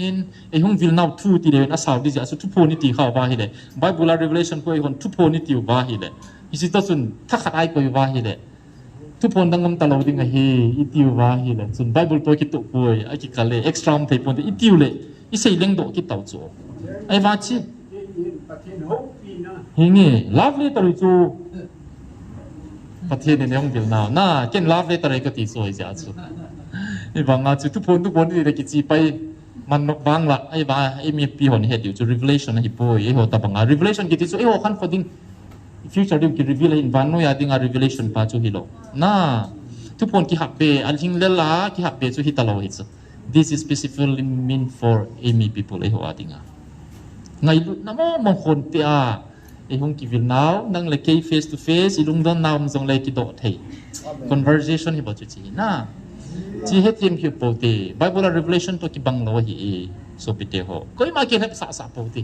e hem hati wa tam pa le peter ta bang christian tam pe sion ho lam kai jong na a chi na ki so nga patherin tiu khada se jong chi chui pe pon pe bible pho ba tu jing ka hit mu ra mi khat kyo lung dim suma jong ki ha bo lo bin ka tim ngai lu ke in ke ho hin pathe ki chan jong le kyo ki tam san de le ka ti tim ka ngai lu ka si pe le ka bible scholar ho e ha de in pang ji win tin ka lung dong ji he ke jong khat pa de chu toy 7 de adventisa kai hin ka u pau khat jong ka lung adong in ke ho se la kum thum jeng kain se ba si be be ba se wi ni ma lut mong ta point outdated jeng ai ta up to date ta lo na patini bil na wi chi wa hi na sim wa hi le chilanga na sim pa du le na he chen lo diu so sequential hi chu time a class 1 a hung ki pa za class 2 class 3 class 10 to ai class 11 12 vil na ta cho a course pa chu na chi wa chu an hong lo class 2 jong pass ngap lo na sim lo ho sun tua thu ho so het diu thum lo ko zani chana chu ko bru thu sei sei na lai chu la ken ko bru hong la jong ka het ta lo pia chi wa hong lam long ka hai mil ta chu ting teng a se na chi topic a mang thei te na lai ho lo chu class 2 jong pass nai po ve ti nai chu chỉ là bé som cho đã cái tăng đến rồi chỉ bé giật thum nó som đi hết ta chứ staging cũng cho grading step by step patin pun na kal son di ngo se thum so se khat atia para cho ban na a chai chan na son chai taw ve nga ka tu tang tai di tang chat jing mai nei ten thal ha ta lo chu la na a to bong zo siu ka su boy pe tia le boy jing chu la ni ho se ngai lo ba mo ki ho gu na jong zu a mom lem hong ki phong do jing ngui laที่สุดประเทศกาลอีสานเป็นอะไรส่วนเยลโลคารุมมีเบนี่หัวฮีเจ้าจุนจีน่าก็ตีฮีจีเฮปูอาเจ้าจุดตู้จันสเตซีจานี่เอานากากลอยหันกันเอฟอมปีน่าพายคนงเงินอาลุงเกลเราก็โดดโซ่พายามีลุงเกลเรานี่สูปีหัวเก่งตัวตรงกิโตเราเฮลูฟิวเจอร์บอยเซนให้บอกไปสูปีเดียวหัวกัลวาลาจันสวยในยุ่งบอกกูจุฮิติจันหัวเห็นกาซาลวินคนกำตุ้มกิมปนเตียกิติลจงวินประเทศเราทัดจากไอ้ที่เราจิจุเซงามีมุดจ่ออีกาซาดิวซิมประเทศนั้นน่าสัตย์ใจตาจุเมมไมเคิลวันตินั้นน่าสัตย์ใจตาจู two stage negotiation table ไอโตหิตาจุเมมฮิจันทุนเดงอาจูมีปีกี่ขัดตรงนี้ที่ใจว่าตรงนี้ทุนโลดิวทุนที่ปัจจุไม่จังโจเสกขับใจมีจัดทัดตรงเลยจันนี่หมดทุนโลดิวหิโซปิเตอตัวนี้ควายอีกไงลูดว่าประเทศลุงได้บ้างกี่ไงลูมาสาววินแล้วก็มันชุดที่มูวินที่บอลโป๊ะเลวเห็นหน้าสิลังอาห้องไทยรู้ดีบจูยังนี่ก็เดลดิวทุยหลอกจูอีทีนั้นที่โจเสียวสุนราจงมีอาทิอาสังอาสิมฮีอาทิตัดสุลาปฏินีเวียนดอกพิวมุนตินาลัมมาตินฟังว่ายุงโซโดเทวสุลานาอีทีที่โจเสียวปฏินีในหูดอกโซเกว่าฮิจันนี่ทุนฮิจิฮีวันทัลเดกาบามีบอลทัวเมียนมาเตะจงตั้มปีท่าดิ้งจงทีดิ้งกิติฮอลอยจูปฏินกาลซาดานเฮโลปิจูที่จงอีเฮตเฮโลจูจีน่าท่าสมัยกตีน่าอิสเตสุสานาสังอิตาจูกาลก็ขับดิสเตสวิสโฮเฮโลตาจูอิจิอาจูอิจิเลขับจงน่าซิมโลวาจิไลปฏินแล้วก็วินน่าอัปเดตโลวาฮิเล่แค่จงอัปเดตโลเลยก็เซงกัมจิโลจูเซฮิลเทฮิจูอาเจสาธุจงก็เซเทน่าไอ้วันที่กงดิ้งอาฮิเล่ทุกคนนั้นนุ่งเป็นไดเจสกับผมไงนี่ก็มาเซโตุกุมา January 18 February อาหุงวิลนาเซเวลทุ่มหุงวิลนาบาเซหัวจังจุจัดสมตัดอดีกรีอีสิจูเฮ็ดเทมโลบายเลยอีโมคนเดียวนะอีสิจูจีน่าไปมากิลากิลประเทศนี้น่าซาตานบริจานี่น่าก็เตะก่อนจังก็เซจูคำกะเลวเฮบูกันนี่มันโลเฮปูประเทศนี้ก็ไอ้สัตว์เปดานุเล่น่าอีเมลมาเตวประเทศเตวกิการจมดันก็เซจูเลขาทีมกันหิววินตินน่าคิดยังไงมีลีตกงเกี่ยวจ้ะนะเสียที่เฮเราจ้ะกิทิ้งคงเกยไม่เที่ยวเฮเอาหมดจู่ห้องปุ่มโลหิบจู่กิปุ่มโตโลหิบจู่สุงอาจงสุกาลุมเห็นลังกิสาร์คมเดบน่ากิปังคมมันเดียมาติวจ้องจู่จีตาเราจ้ะประเทศนี้จีน่าเปียวจู่เอ้คนจงอ่ะโมเดลได้จนเราเดียวน่าประเทศนี้ไมเคิลินอ่ะหินโซกากระสาเดียวนั่งหอนน้ำที่สุดเสียเบียปีเดินพัทยาก็เสียหายจุเลยปุ๊ขันลงทางตะเวกระทำสิจุเมมพายสุงาหมอนออกมาว่าเลยเที่ยกิจีที่มองแล้วน่ะลายนาให้จุเมทรีแล้วก็ปลุกเกลียนนะเวต จิจงกิเหตุล้อปัสสาวะกิติหอลอยนงนอกจากว่ามีกิเดียมน้องคุณติดกิติงามนาลายอินุเมเตียวมินอโบดันคุณจ่าจ่านาลาเดียวจุเกยก็จ่าจ่ายจุมิมอินุเมเตียวจ่าเตียวปัสสาวะหัวหังสันตางามตานุ่มตาอินคงมันดิวจุละว่ามีกิจน้ำเทียมนะปัสสาวะที่วันนี้เกี่ยวด้วยว่าจะไปน้ำนบเสียดีป่วยก็เสียจูนั่นน้ำนั่งไงดูได้นั่งกิสิมพมาสันนั่งอินเวลสุดเทียงมาสันนั่งกันจ้าหัวสุดเทียงมาสันนั่งวันกิสุดเทียงอินว่าจะทำพาได้แต่ป่วยก้านะป่วยกลุ่มนี้ทุ่งมาว่าจะกิเสียคู่อากิบงดอมโลปิจูอาฮิดิ้งจูฮิซิงปะเทียนยังกวนตะบ้านจานซาซิงนี่ปัจจุอีเหตุทีมพาเทียนเลยปะเทียนอันกัดสดดีปัจจุน่าที่มาตัวเทียงว่ามาไม่น่าดีลสว่าตัวจริงที่สุดที่ว่างจงกิสิมินเลยปัสสาวะจะขัดลาสมทุ่งจงที่เราไม่เที่ยวโจปัสสาวะเหตุที่ว่าลอยเสียปะเทียนกาลิตุตังปีตาวยุ่งดีวิตาวเดียวอีกนุ่มไม่สร้างตาวนั่งสร้างปัสสาวะเด็กที่หาตาวเลยหินปะเทียนก็ไงนมเด็กเสร็จไม่ที่สุดแต่ซิมโมนาอีป่วยหน้าที่ล้มดันจุที่ล้มดันจุกินเอวซาปะเทียนนางอาเบลน้ำไก่ปะเทียนนี้ผิววิปะเทียนกระทังไปมินเกลเลยให้ปุยตัวเองกี่หัวว่ากี่วิลวิลีสามไอเดียวไอ้ยินจงกับวิลขาเราฮีสิไลก็กี่บุ้ยบ่บีก็โตดีก็กี่โตกาลาเมสเซสก็กี่เรากี่ทิลคนนั้นทุกก็เสียสิสุฮิเซงปะเทียนบ่กี่บุ้ยปีบ่จุสุปิเตหอให้ปุยนี่ไม่บอลดอกปีตัวฮิโลปีจุแค่นี้มาก็บอลดอกปีดิวมเราจุปะเทียนตรงนั้นมินจิว่าห้องตาวคงมินที่กินเยอะสัตว์กี่องฮีกาลกี่สัตว์ให้ปัจจุจิสุนัตุนัทสัตว์เดียวขันคนดิ้งเกลนากี่บอลให้บ่เป็นสุปิเตหอเข็บในอิจารุมินกินอบสารดิ้งทัศน์น้ำจงเลยจิสุกิปามไปงามากิจการงามาปะเทียนกิเบลเลยจิสุปะเทียนอิจาไกบอลเทียนะฮิจานายหงปุยลงปาวินโซนจิสุนังไงดุโซนตบงาจิสุนกุกิโจจัดยังไงลุมองไอติกิเฮจินากิหุงาลุมองตาปะเทียนตักสันพุมาอิโตดิ้งกิโตอาปะเทียนกิเบลเลยอิลุงเกลทุยมังทุกิเซฮิปอยอาศัยดอกสาธุปันสาธุกิเซหินมิจิสุเคลมกิบอลเลยบ่อาศัยบางอาจารย์ฮัจิงิสุปิเตโฮปิเตอร์อินจัดเสียนเจสุ question บอลจงเล่เจสุน่ะบอลเด็กบอลเท่าไอ้ดิ้งสุฮิเท่าอามากิสุกิมไม่จ้ะทุนินหัวบุ้งหัวอินหลังปะทินวิลนาเดียมกุยฮิจงเล่จุนนั่งวันนั้นกิสุกิมเสียนี่ขัดนิติงเล่เจสุในหินพอดีฮิเบสุปิเตโฮฮิจาเวเลขบังกิสุนาทุจงเสียเทโจเสียเกมาตาจงกะหุงาอัลฟาเลโอเมกาฮัจุนุงปะทินกะฮิครอสอาติปัสสุเกกะหุงตียานั่งหัวดิ้งอ่ะ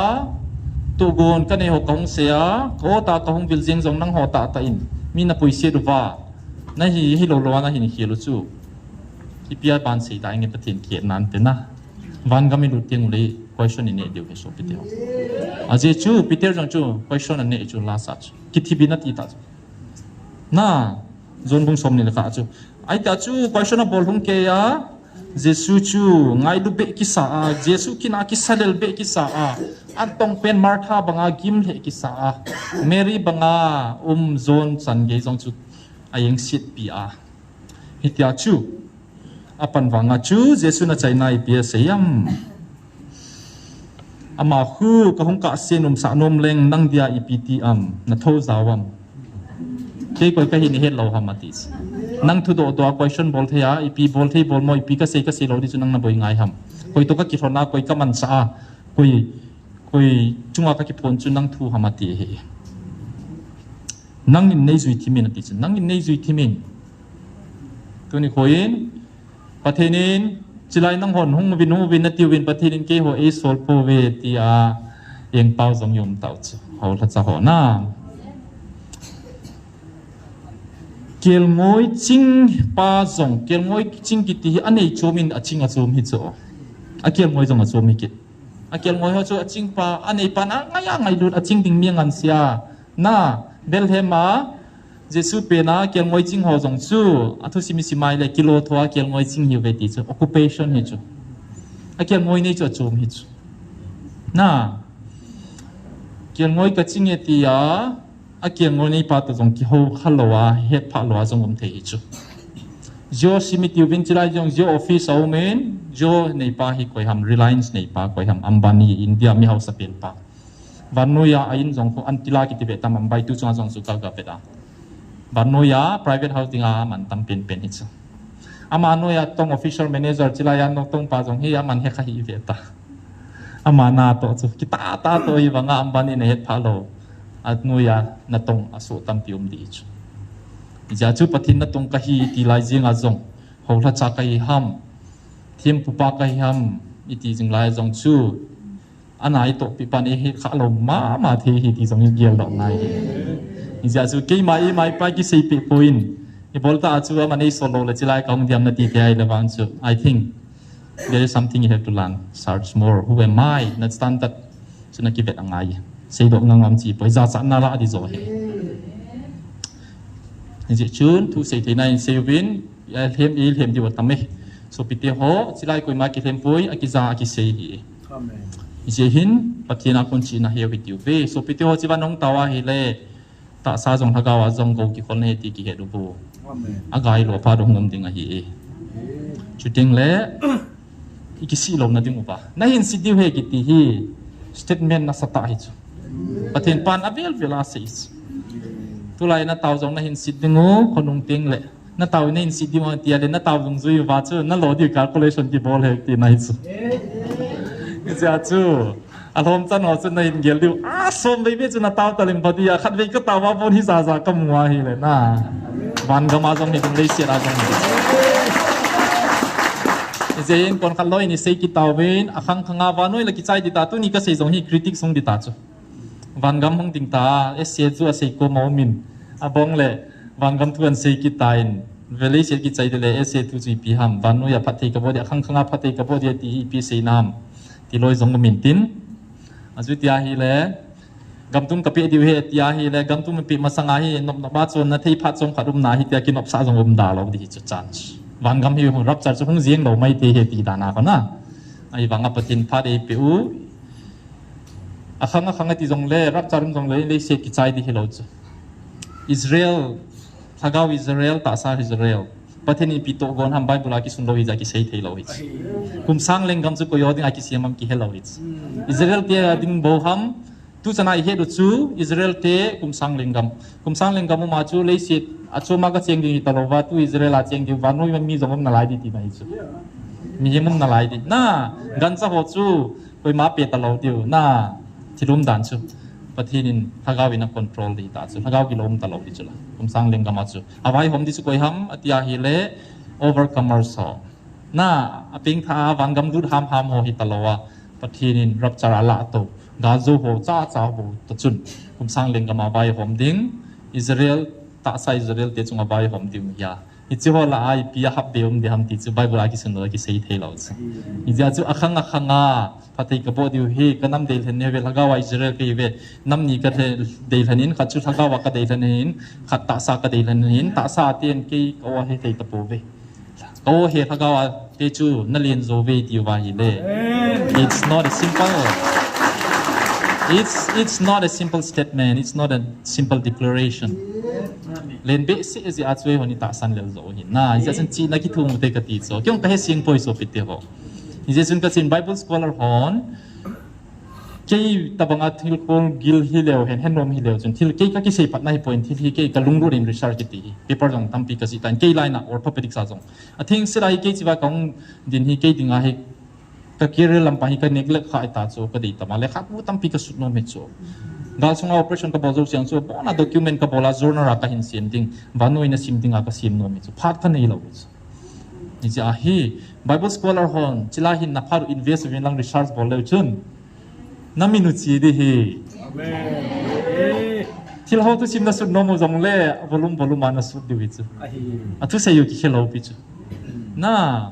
Peter Wagner ki dipahin 69 books sa sud ta so gaw thua hi research about chu ama om talo pi chu 20 years ago ama le khasur ako na hi thil ho jong category 2 mau me ti chu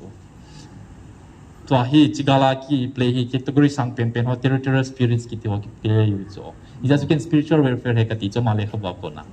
physical wala local spirit jania kaw se ho si ti ho ki ti ho chu le khamai su do di chu me Bible scholar na yu le sim tang vo na library ko uvin lang hi le chu na min reference and bolding Peter Wagner na chu thagaw bo thu hi pathini na 6.1 kilovolt they are dear amon agam amo mama ve izong le Bible in sut khama sa lo ja sut lo hi in ami hi naw cha mo morong ki setting lo ki he hetis ai chi cha bo ki sun bo hetis na pura chila ya jing ka ni la min na ninga ka a chen dan a ki chen dan no a jinei thu ho je ki wa se yu ba iso sun pa bangu kin phat ka nei lo pi chu mem a sut nom chu mem mà klein dòng hita lo so Bible college nga be in you va chi don lo hagao thu chilaya ki ponga vil na cha zo nei lo la you are zero close down your institution here pichu na you ka ti chu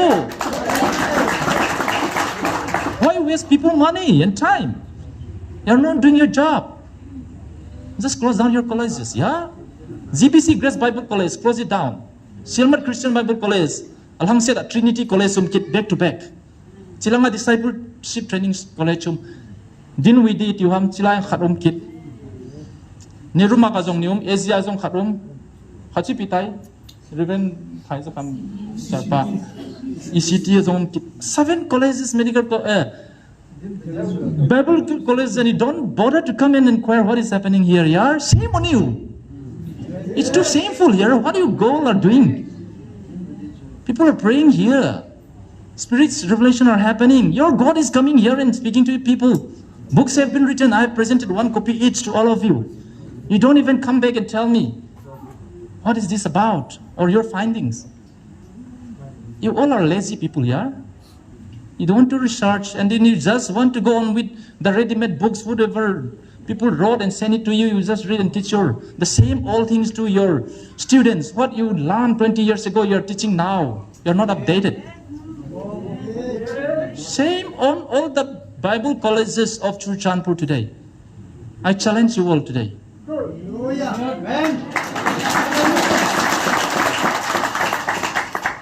I am an orthopedic surgeon by profession I'm not supposed to tell this to you I do my job well Churchanpur people don't suffer because of ortho problems and they don't have to travel a long way spend money and suffer God's gift God's given responsibility I'm carrying out I don't come here neglecting my job but you people Bible scholars where are you you still think after 606 days of worshiping and shouting hallelujah here you think we are still worshiping Shiva who is Shiva anyway we don't even remember him anymore shame on you people I have given you this book each copy of each issue I have given 1 copy to all the executive secretary are free of cost yeah I gave the second editions to all the CSO leaders also hands-on and I have a record of all your signatures in the register repo more than 30 CSO we have and colleges and executive secretary charges I send my man to every church I go myself and give also and nobody ever come and tell that what is this and that you don't bother to reach shame on you here you people are misleading your people are suffering if you get your salaries few bucks you are happy with that your God is coming here and speaking to these people and these many people life have changed they're revived you should be happy here is an evangelist who has a family of her own and her house her campus is used for worship every day for 606 with the noises here they are not complaining and you dare condemn them yeah koyam ai na visitors ni khara mithum sangatam jo visitors entertain jo na ngopam silba hilo chu zan khang khang 1m zan khat veina jong 130m san ka to gachiu phat silam ka he lo pi patin phat na ka seu ba sungila ko na jong mi pani jong honga na lazang phai ECA hon akhomi piteu chiwa hong dia phal talo chula dana siebo kadam lo hon sei chula ka nga hi so chula kyo hoi satan howani gelu na sei danu hi tui ki vai po dan hobung chi dani a phamo mong ki khel nai nei po be na tiu ham chiwa bolo hi a papoi na tiu wa hi le chiwa le khabo ki suno revelation of divine plan of God for cookies of people a call for social reformation and spiritual revival spiritual revival is happening and you think this is the work of the devil you think this is Satan's job you think we are worshipping Satan here how dare you say that you go into that humble house you will see differently able people some are blind some don't have a leg. Some can't walk. They walk with their hands. Some are too short. Some don't even hear, but they still praise God. Some can't even clean their bottom.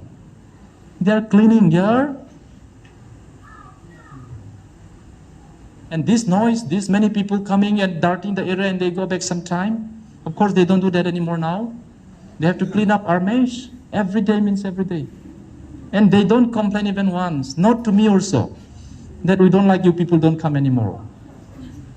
And you got the guts, the audacity to question them. And even judge them, and even mock them, CKL or whatnot. God will judge you people. You are not doing justice to your people. These people have come and gotten hope, which Satan can't give. In the midst of war, we have hope. We have hope that our God, Almighty God, is going to do something big for us. Amen. Answer me today, all Bible scholars, all pastors, all reverend doctors. To me, this is my question. What hope can you give us? We are suffering so much. What did your God tell you? Are you like the Hezekiah who will slap Micaiah, telling them that why should God visit in and leave me? 400 prophets, God denounced them and used Micah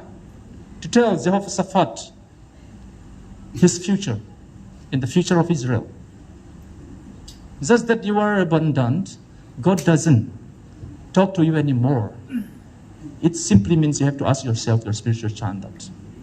You cannot judge people. Our people are suffering. Toyu mai ngai apana ki khel nai poi mo po ve itiu va hele gali nei be be di he so pite ho gali za nei be di ham hi ti ai ki po zio va hi ti zio va hi ti zio va hi ti zio va mini noi zio va gali bol den den so gali sat kha nai lo piu gal do do jing hiu purpose nia gali sat nai lo hi so pite ho za za do me ki ngol po bol po ti mi pi ho zo ngol be si ubi eu jing tau na khan khodi usu to chi tu nia ka sei ka din hi thil nom hi lo hi su ka bol nom hi lo su pathin pa ni din sa ja ka din hi bo chu ka to di ma hi ka kin ne thei chu I can run away thibing ka din ka tam lo ana sa ho zo su na boi piu lang phai ta chu ki nia pathin oi zat si be ta ai wanga na hi na chi na bol hi na ka man no me ti a hi le ka nam dei hen ku ki zo cha te ti a hi le chi nam do ding a thil pha ka bol chu pathin a ri a ka to nai chi kineu sa hi tam na vai cha duwa na gen theyuwa na hi mo se su jong le pathin nam dei den cha te na yu chu amen pathin na phon do hi chu amen a phon do pa chun zo se ngai lo ka kitep na pe cha jinga ti chu pe cha ja gal thim hi chu so pite ho he puin line kha si khil kan ngaw wa chin kholamin line kha si khil kan ga ivan hoilu doctor again na si khil di bon nga na line na za chalo ham ga zo mi him ka hi chu mem sei hiel thì bol hi hiel ge kal hingo ve koi mana sei lo pia zani na ka ti zong hobung kan ngai khom khateo damlo an puyuwa chanu kang te jeng ngau te jeng ke doctor ka hiya doctor zo siko ma chia lo na si het lo wa amanga date 11 ni april la thabula pada ana boy gawatia le khasim le khathi ma hi nunga 21 years kezia mi hausa hiu be ai wa hausa bang wa kya kineu sa maute hiu be pathin abial jeng ai mun howin sa na jong in mun pe tha za jeng wi hotel jong phaya lin ta ne yu dimapura jong ai chu dam thei talo zan khat amanga hi jingka thwa hi amang hi lo o aza ta chu nang taw na dam ding nei bo we taw na ki man sai na ti ba ja chu an khol le le wa hele mi khanan se pi wa silai mun an chu zan hi amen zani taw na mang o chu nei mu diu hi na ke jong exercise ka chi ka hong zani chu ga ki su thinga honga taw na hong man ding kan no ba hi nai wanga amo ka hin pui ja chu ki pe le le hin na silai chu oi pi ten ni oi pi na hong honga atu sim zo se aveda kenga veda chi hi chi khati aso tai ki ti chan chan rom na su gen theu ham chi hi taw dam mi khadina taw pe in lo jong a pe tai hi ma zo se akenga amapon ho veda amaya vele he jing so amen ni ta ki tu thwa chilaya kai lu tho hin taw na man pia thama a fever kyong ka thamina ti sign jesu minata chima sa se ka thupi ka sa chi pi ham evangelist nun se chu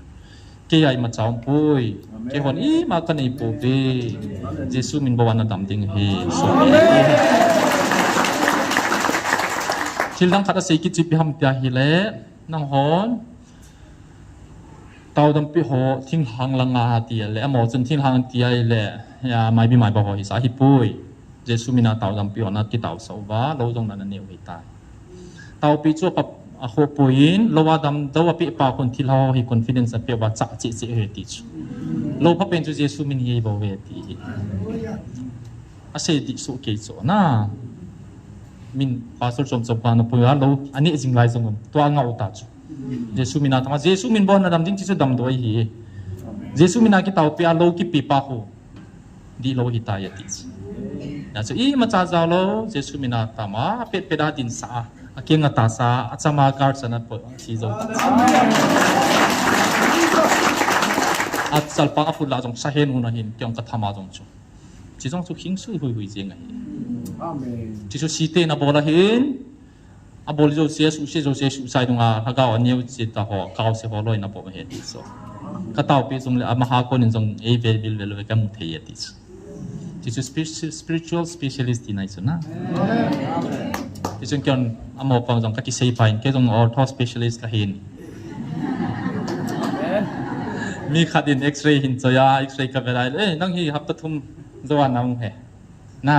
ไอ้เราเล่อาเกียงขับอะไรนั่งฮีมีนักกิจใส่กติเทยตะบังฮีกติจูเกี่ยงอากิดังลอยจูน่าอะไรนี่ฮีเยซูมินบอกว่านาโตเฮโซพิเตโอเมมฮีน่าจะยินหักสำนักในยูวินเตน่าอีจงเล่ 90% ปฏินาดิงอาพันนักคุเบลล์จูน่าเสียนาดิวเสียดิวมโลจูเสียน่าจันซุมโลวิจูเสียงำจีฮิโลจูตีโซเดจูเจจูนน้ำไหลไก่ขัดปฏินางากิเบล่าอากินิวสะจงสุมินโซจกเทติลฮิโลจูยี่วังพามิจูประเทศนี้น้ำมาตุนดิติงเวลำไก่เตียวอามิเทหัวออฟฟิเชียลหัวอลินหัวไอโลเลนน้ำลำไก่หัวลุงเกลฮากาวเวนัยก็เสียจริงสุล่าเฮบรอนาปิงปิงหุมปีบักไก่ตะบังสังอาจิลายาเบลามนุตะบังอาโตปาฮีหุงหัดสุดิงเฮกัติสที่จุด2023 akan na say sai tai so pite ho Hebron ki chai ta chu ai sak chi chu Japan jong kem Hebron na dal ha Burma kama ki kem ta na ki asadi de mau mi ta chu so pite ho thu ki ha he din na ki mo say point say til say lo di dong mi filter rong ki bol ji hi he diu chu na bol phau ve taw na yung man hu pai a ho ye patin ngai lu di het chu wa hung be koi man na ko pu veนี่สิ่งนักกิโกโปเวนั่นนักงานอยู่บ้านน้องเวที่พิจารณาทีเล่ประเทศนั่งไงหลุดนะนักกิเหตุเจนเซโอฮีนี่ที่สุดทุกปีเป็นเฮสุปิเตโฮที่จุนอาจารย์นายสิงห์ตี separate administration ที่เวนที่ฮีเด็ดทรินีไลเซียอีปีกิตีนะฮัมน่าที่จุนไอโซลที่ข้าเสียนักคนตุงดิว conclusion remark กันบอลไตตั้มปีเกี่ยขัดสร้างอารมณ์จะพอยจีตาไปไอโซลสิที่พาถึงเลยซิลิงกิติขัดอารมณ์จุน่าซิลิงอากูนักไอโซลคุมอลจุงอาปะลาจิงจุน่าสนาคบีบังจิงจุน่า first time มีขัดเวจีน่าหัวเดชิดาสุกิต้องให้กิเวตโนมาเหไอโซลทุ่มตุกิบังจิงหิตัดฟ้าจิงมอลจุงอาคุซานันมุทิมเล็กกิทุ่งจีเบต้าซิลิงกูอยากจะไล่ดิมจิงมอลจุงอาบาจุสนาคบีบังจิงกิเซวาเลบานกัมตัวจงกิโลกิตเทียเวทล้มบานนั้นเซลิงหุ่นพาติงเล่ลำกัดฟุกิเกลตลอดเซลิงไอโซลอาคุยปิพิมดิงหอยลายอีพีติเดโอไอโซลล้มดันคนน่ะอาทุกิจะซิงมูลสุงอากิกาลมูคิดอีลุนกากิงาเลลจีอากูน่าจะกิลุงฮิตามิตยาฮิเลปุ่งกานี่ลังกิจดไล่ลุงฮานล้มดันสุน่ะกิลุงเล่กิโลมากัมกุกิโกลาบังเลยไอโซลินุงงามจีบังเลยมาสังงามจีลำคุยจ้าคู่หอยลายกิลุได้กิโปเลมกิเฮจิโรยดันพันเลยไอ้วังอาสุ one thing is sureอีลุงทีมเลยทักเอาสุไอโซลามโซหอยลายกัลคนดิ้งกับโฮเทลจุยตะบังดิฮัมเนอิตะบังดิฮัมมีหอยตะบังดิฮัมสตรีทอีพีติดิฮัมน่าจิชูหุยอีจะอาชูโซปิเตโฮเลยเสียฮีประเทศตุเนเซียเปียโนโมฮีตาสาดิงามปัตเทปดิงูตาสาจงกาลิโซเปดิงูไอตุนโดดิงูอีปีบอลเปดิงูฮัมชูประเทศนี้กิจไตนะเซปุนอะไรน่าเรียนดิ้งเฮนี่ตาสันไว้เลยโฮมมอกไอเปียวฮีเอามอกสวยเสียนดิโมโมโฮมโลเวจิวาทุกิเซฮีขัดเวลาจุนว่าจับบุคคลองก็เซียนปังอัลเตียนหงเซยจงเลยจิวาทุกิเซยจงเซฮีว่าพันนาดิเจงไอฮีนี่ปมเดียวฮีน่าทุกิเซยจงเซฮีหงกิสุเทียงโอเวนคิวงไงโนเวนอติยาฮีเล่เอ ai hồi tiếng Phang na he ichite ni ibol tiếng ngule ikingai lu tiếng ngwa ai male mai ki su tiếng ngwa ai gami su tiếng le patheni na to di chu ready hitai chin ding a homework ai pe wa homework hi phat hi iman thi mo ngai aizol Lhungdim selling kun phale aizol ai lunggel tabung bai tu ni kwai patheni ni pi hame kon pe achu igel jing ba chu kinem puma chu van gama jong chu nang holding atumin tilpa ko koi pi tila nei pa na se ala hi singi cross punga jong chun azet langa ding pa ko ma chun you are with me in paradise ai tele paradise nei pa chuna se le baptisma ga sangin ti ngayum tapoi a hi singi paradise sum zinga hi na anei pa na se chu se hi van gama jong nang holding in tumin ka koi tai na miel melu ka miel si etia hi le a hi singi so pite ho peter bangin question bobol tapo hi teubi Peter banga question bol ho chu anaki phojeng uvin kichahi uvin so pite ho hansan na kahin ti mu bi hangsan uvin I society hi kinep nalin ta umpa hi associating hi ita san cha cha ho ikison cha cha ho hi be koi tapo si patin bil na health team lo lam khai hen lang ho la chai lang ko hi jong le tu ni koin so pite ho ma tha na ding hi hop dang ani po be question khat dong uvin atia hi le ipi ham ki ho dinga ka kinep na diu su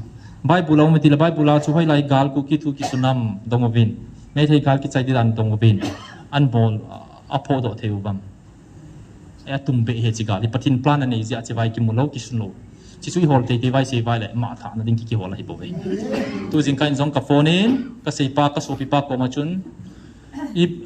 group a tu ka sei phat ting the Bible to ki to poitin nei kan tan changin tu ni koin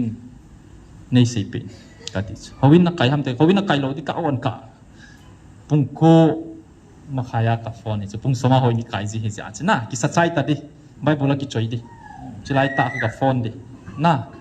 si question hi group A, sudah lehen sahaja ese dingin. Bible to kita poin cilai mun kun tiku point tem kat nai pen, kay jong kikhol tak kedingi katis. Amana sein, lowa ka ume mati. Ipiham lowa na bol betil. Oh, kay ho zania ka kay sai tau be. Nah. 7 day ho hits o amo ding atu ni first day na tonga konta na ale ha ale zong le ho na su sei chu line point ni be boy zong le chu nei sei pe na hoi lai chu Bible to ki kalnam jang pe na sei jing ke hi kum tum nai kum ni na hin sei tai hin sei to in ka tia hi le a ki khongai ka nga in sei o ka ngai le mini ka tawang ka thip che chen ale na to na sei man lo di ham na boi ham ka ti le hingi tu na ka to pe a ti ai về answer ka hetai sei din he poi na yeng do he ti wang chu na kalung thi mak ye ta chu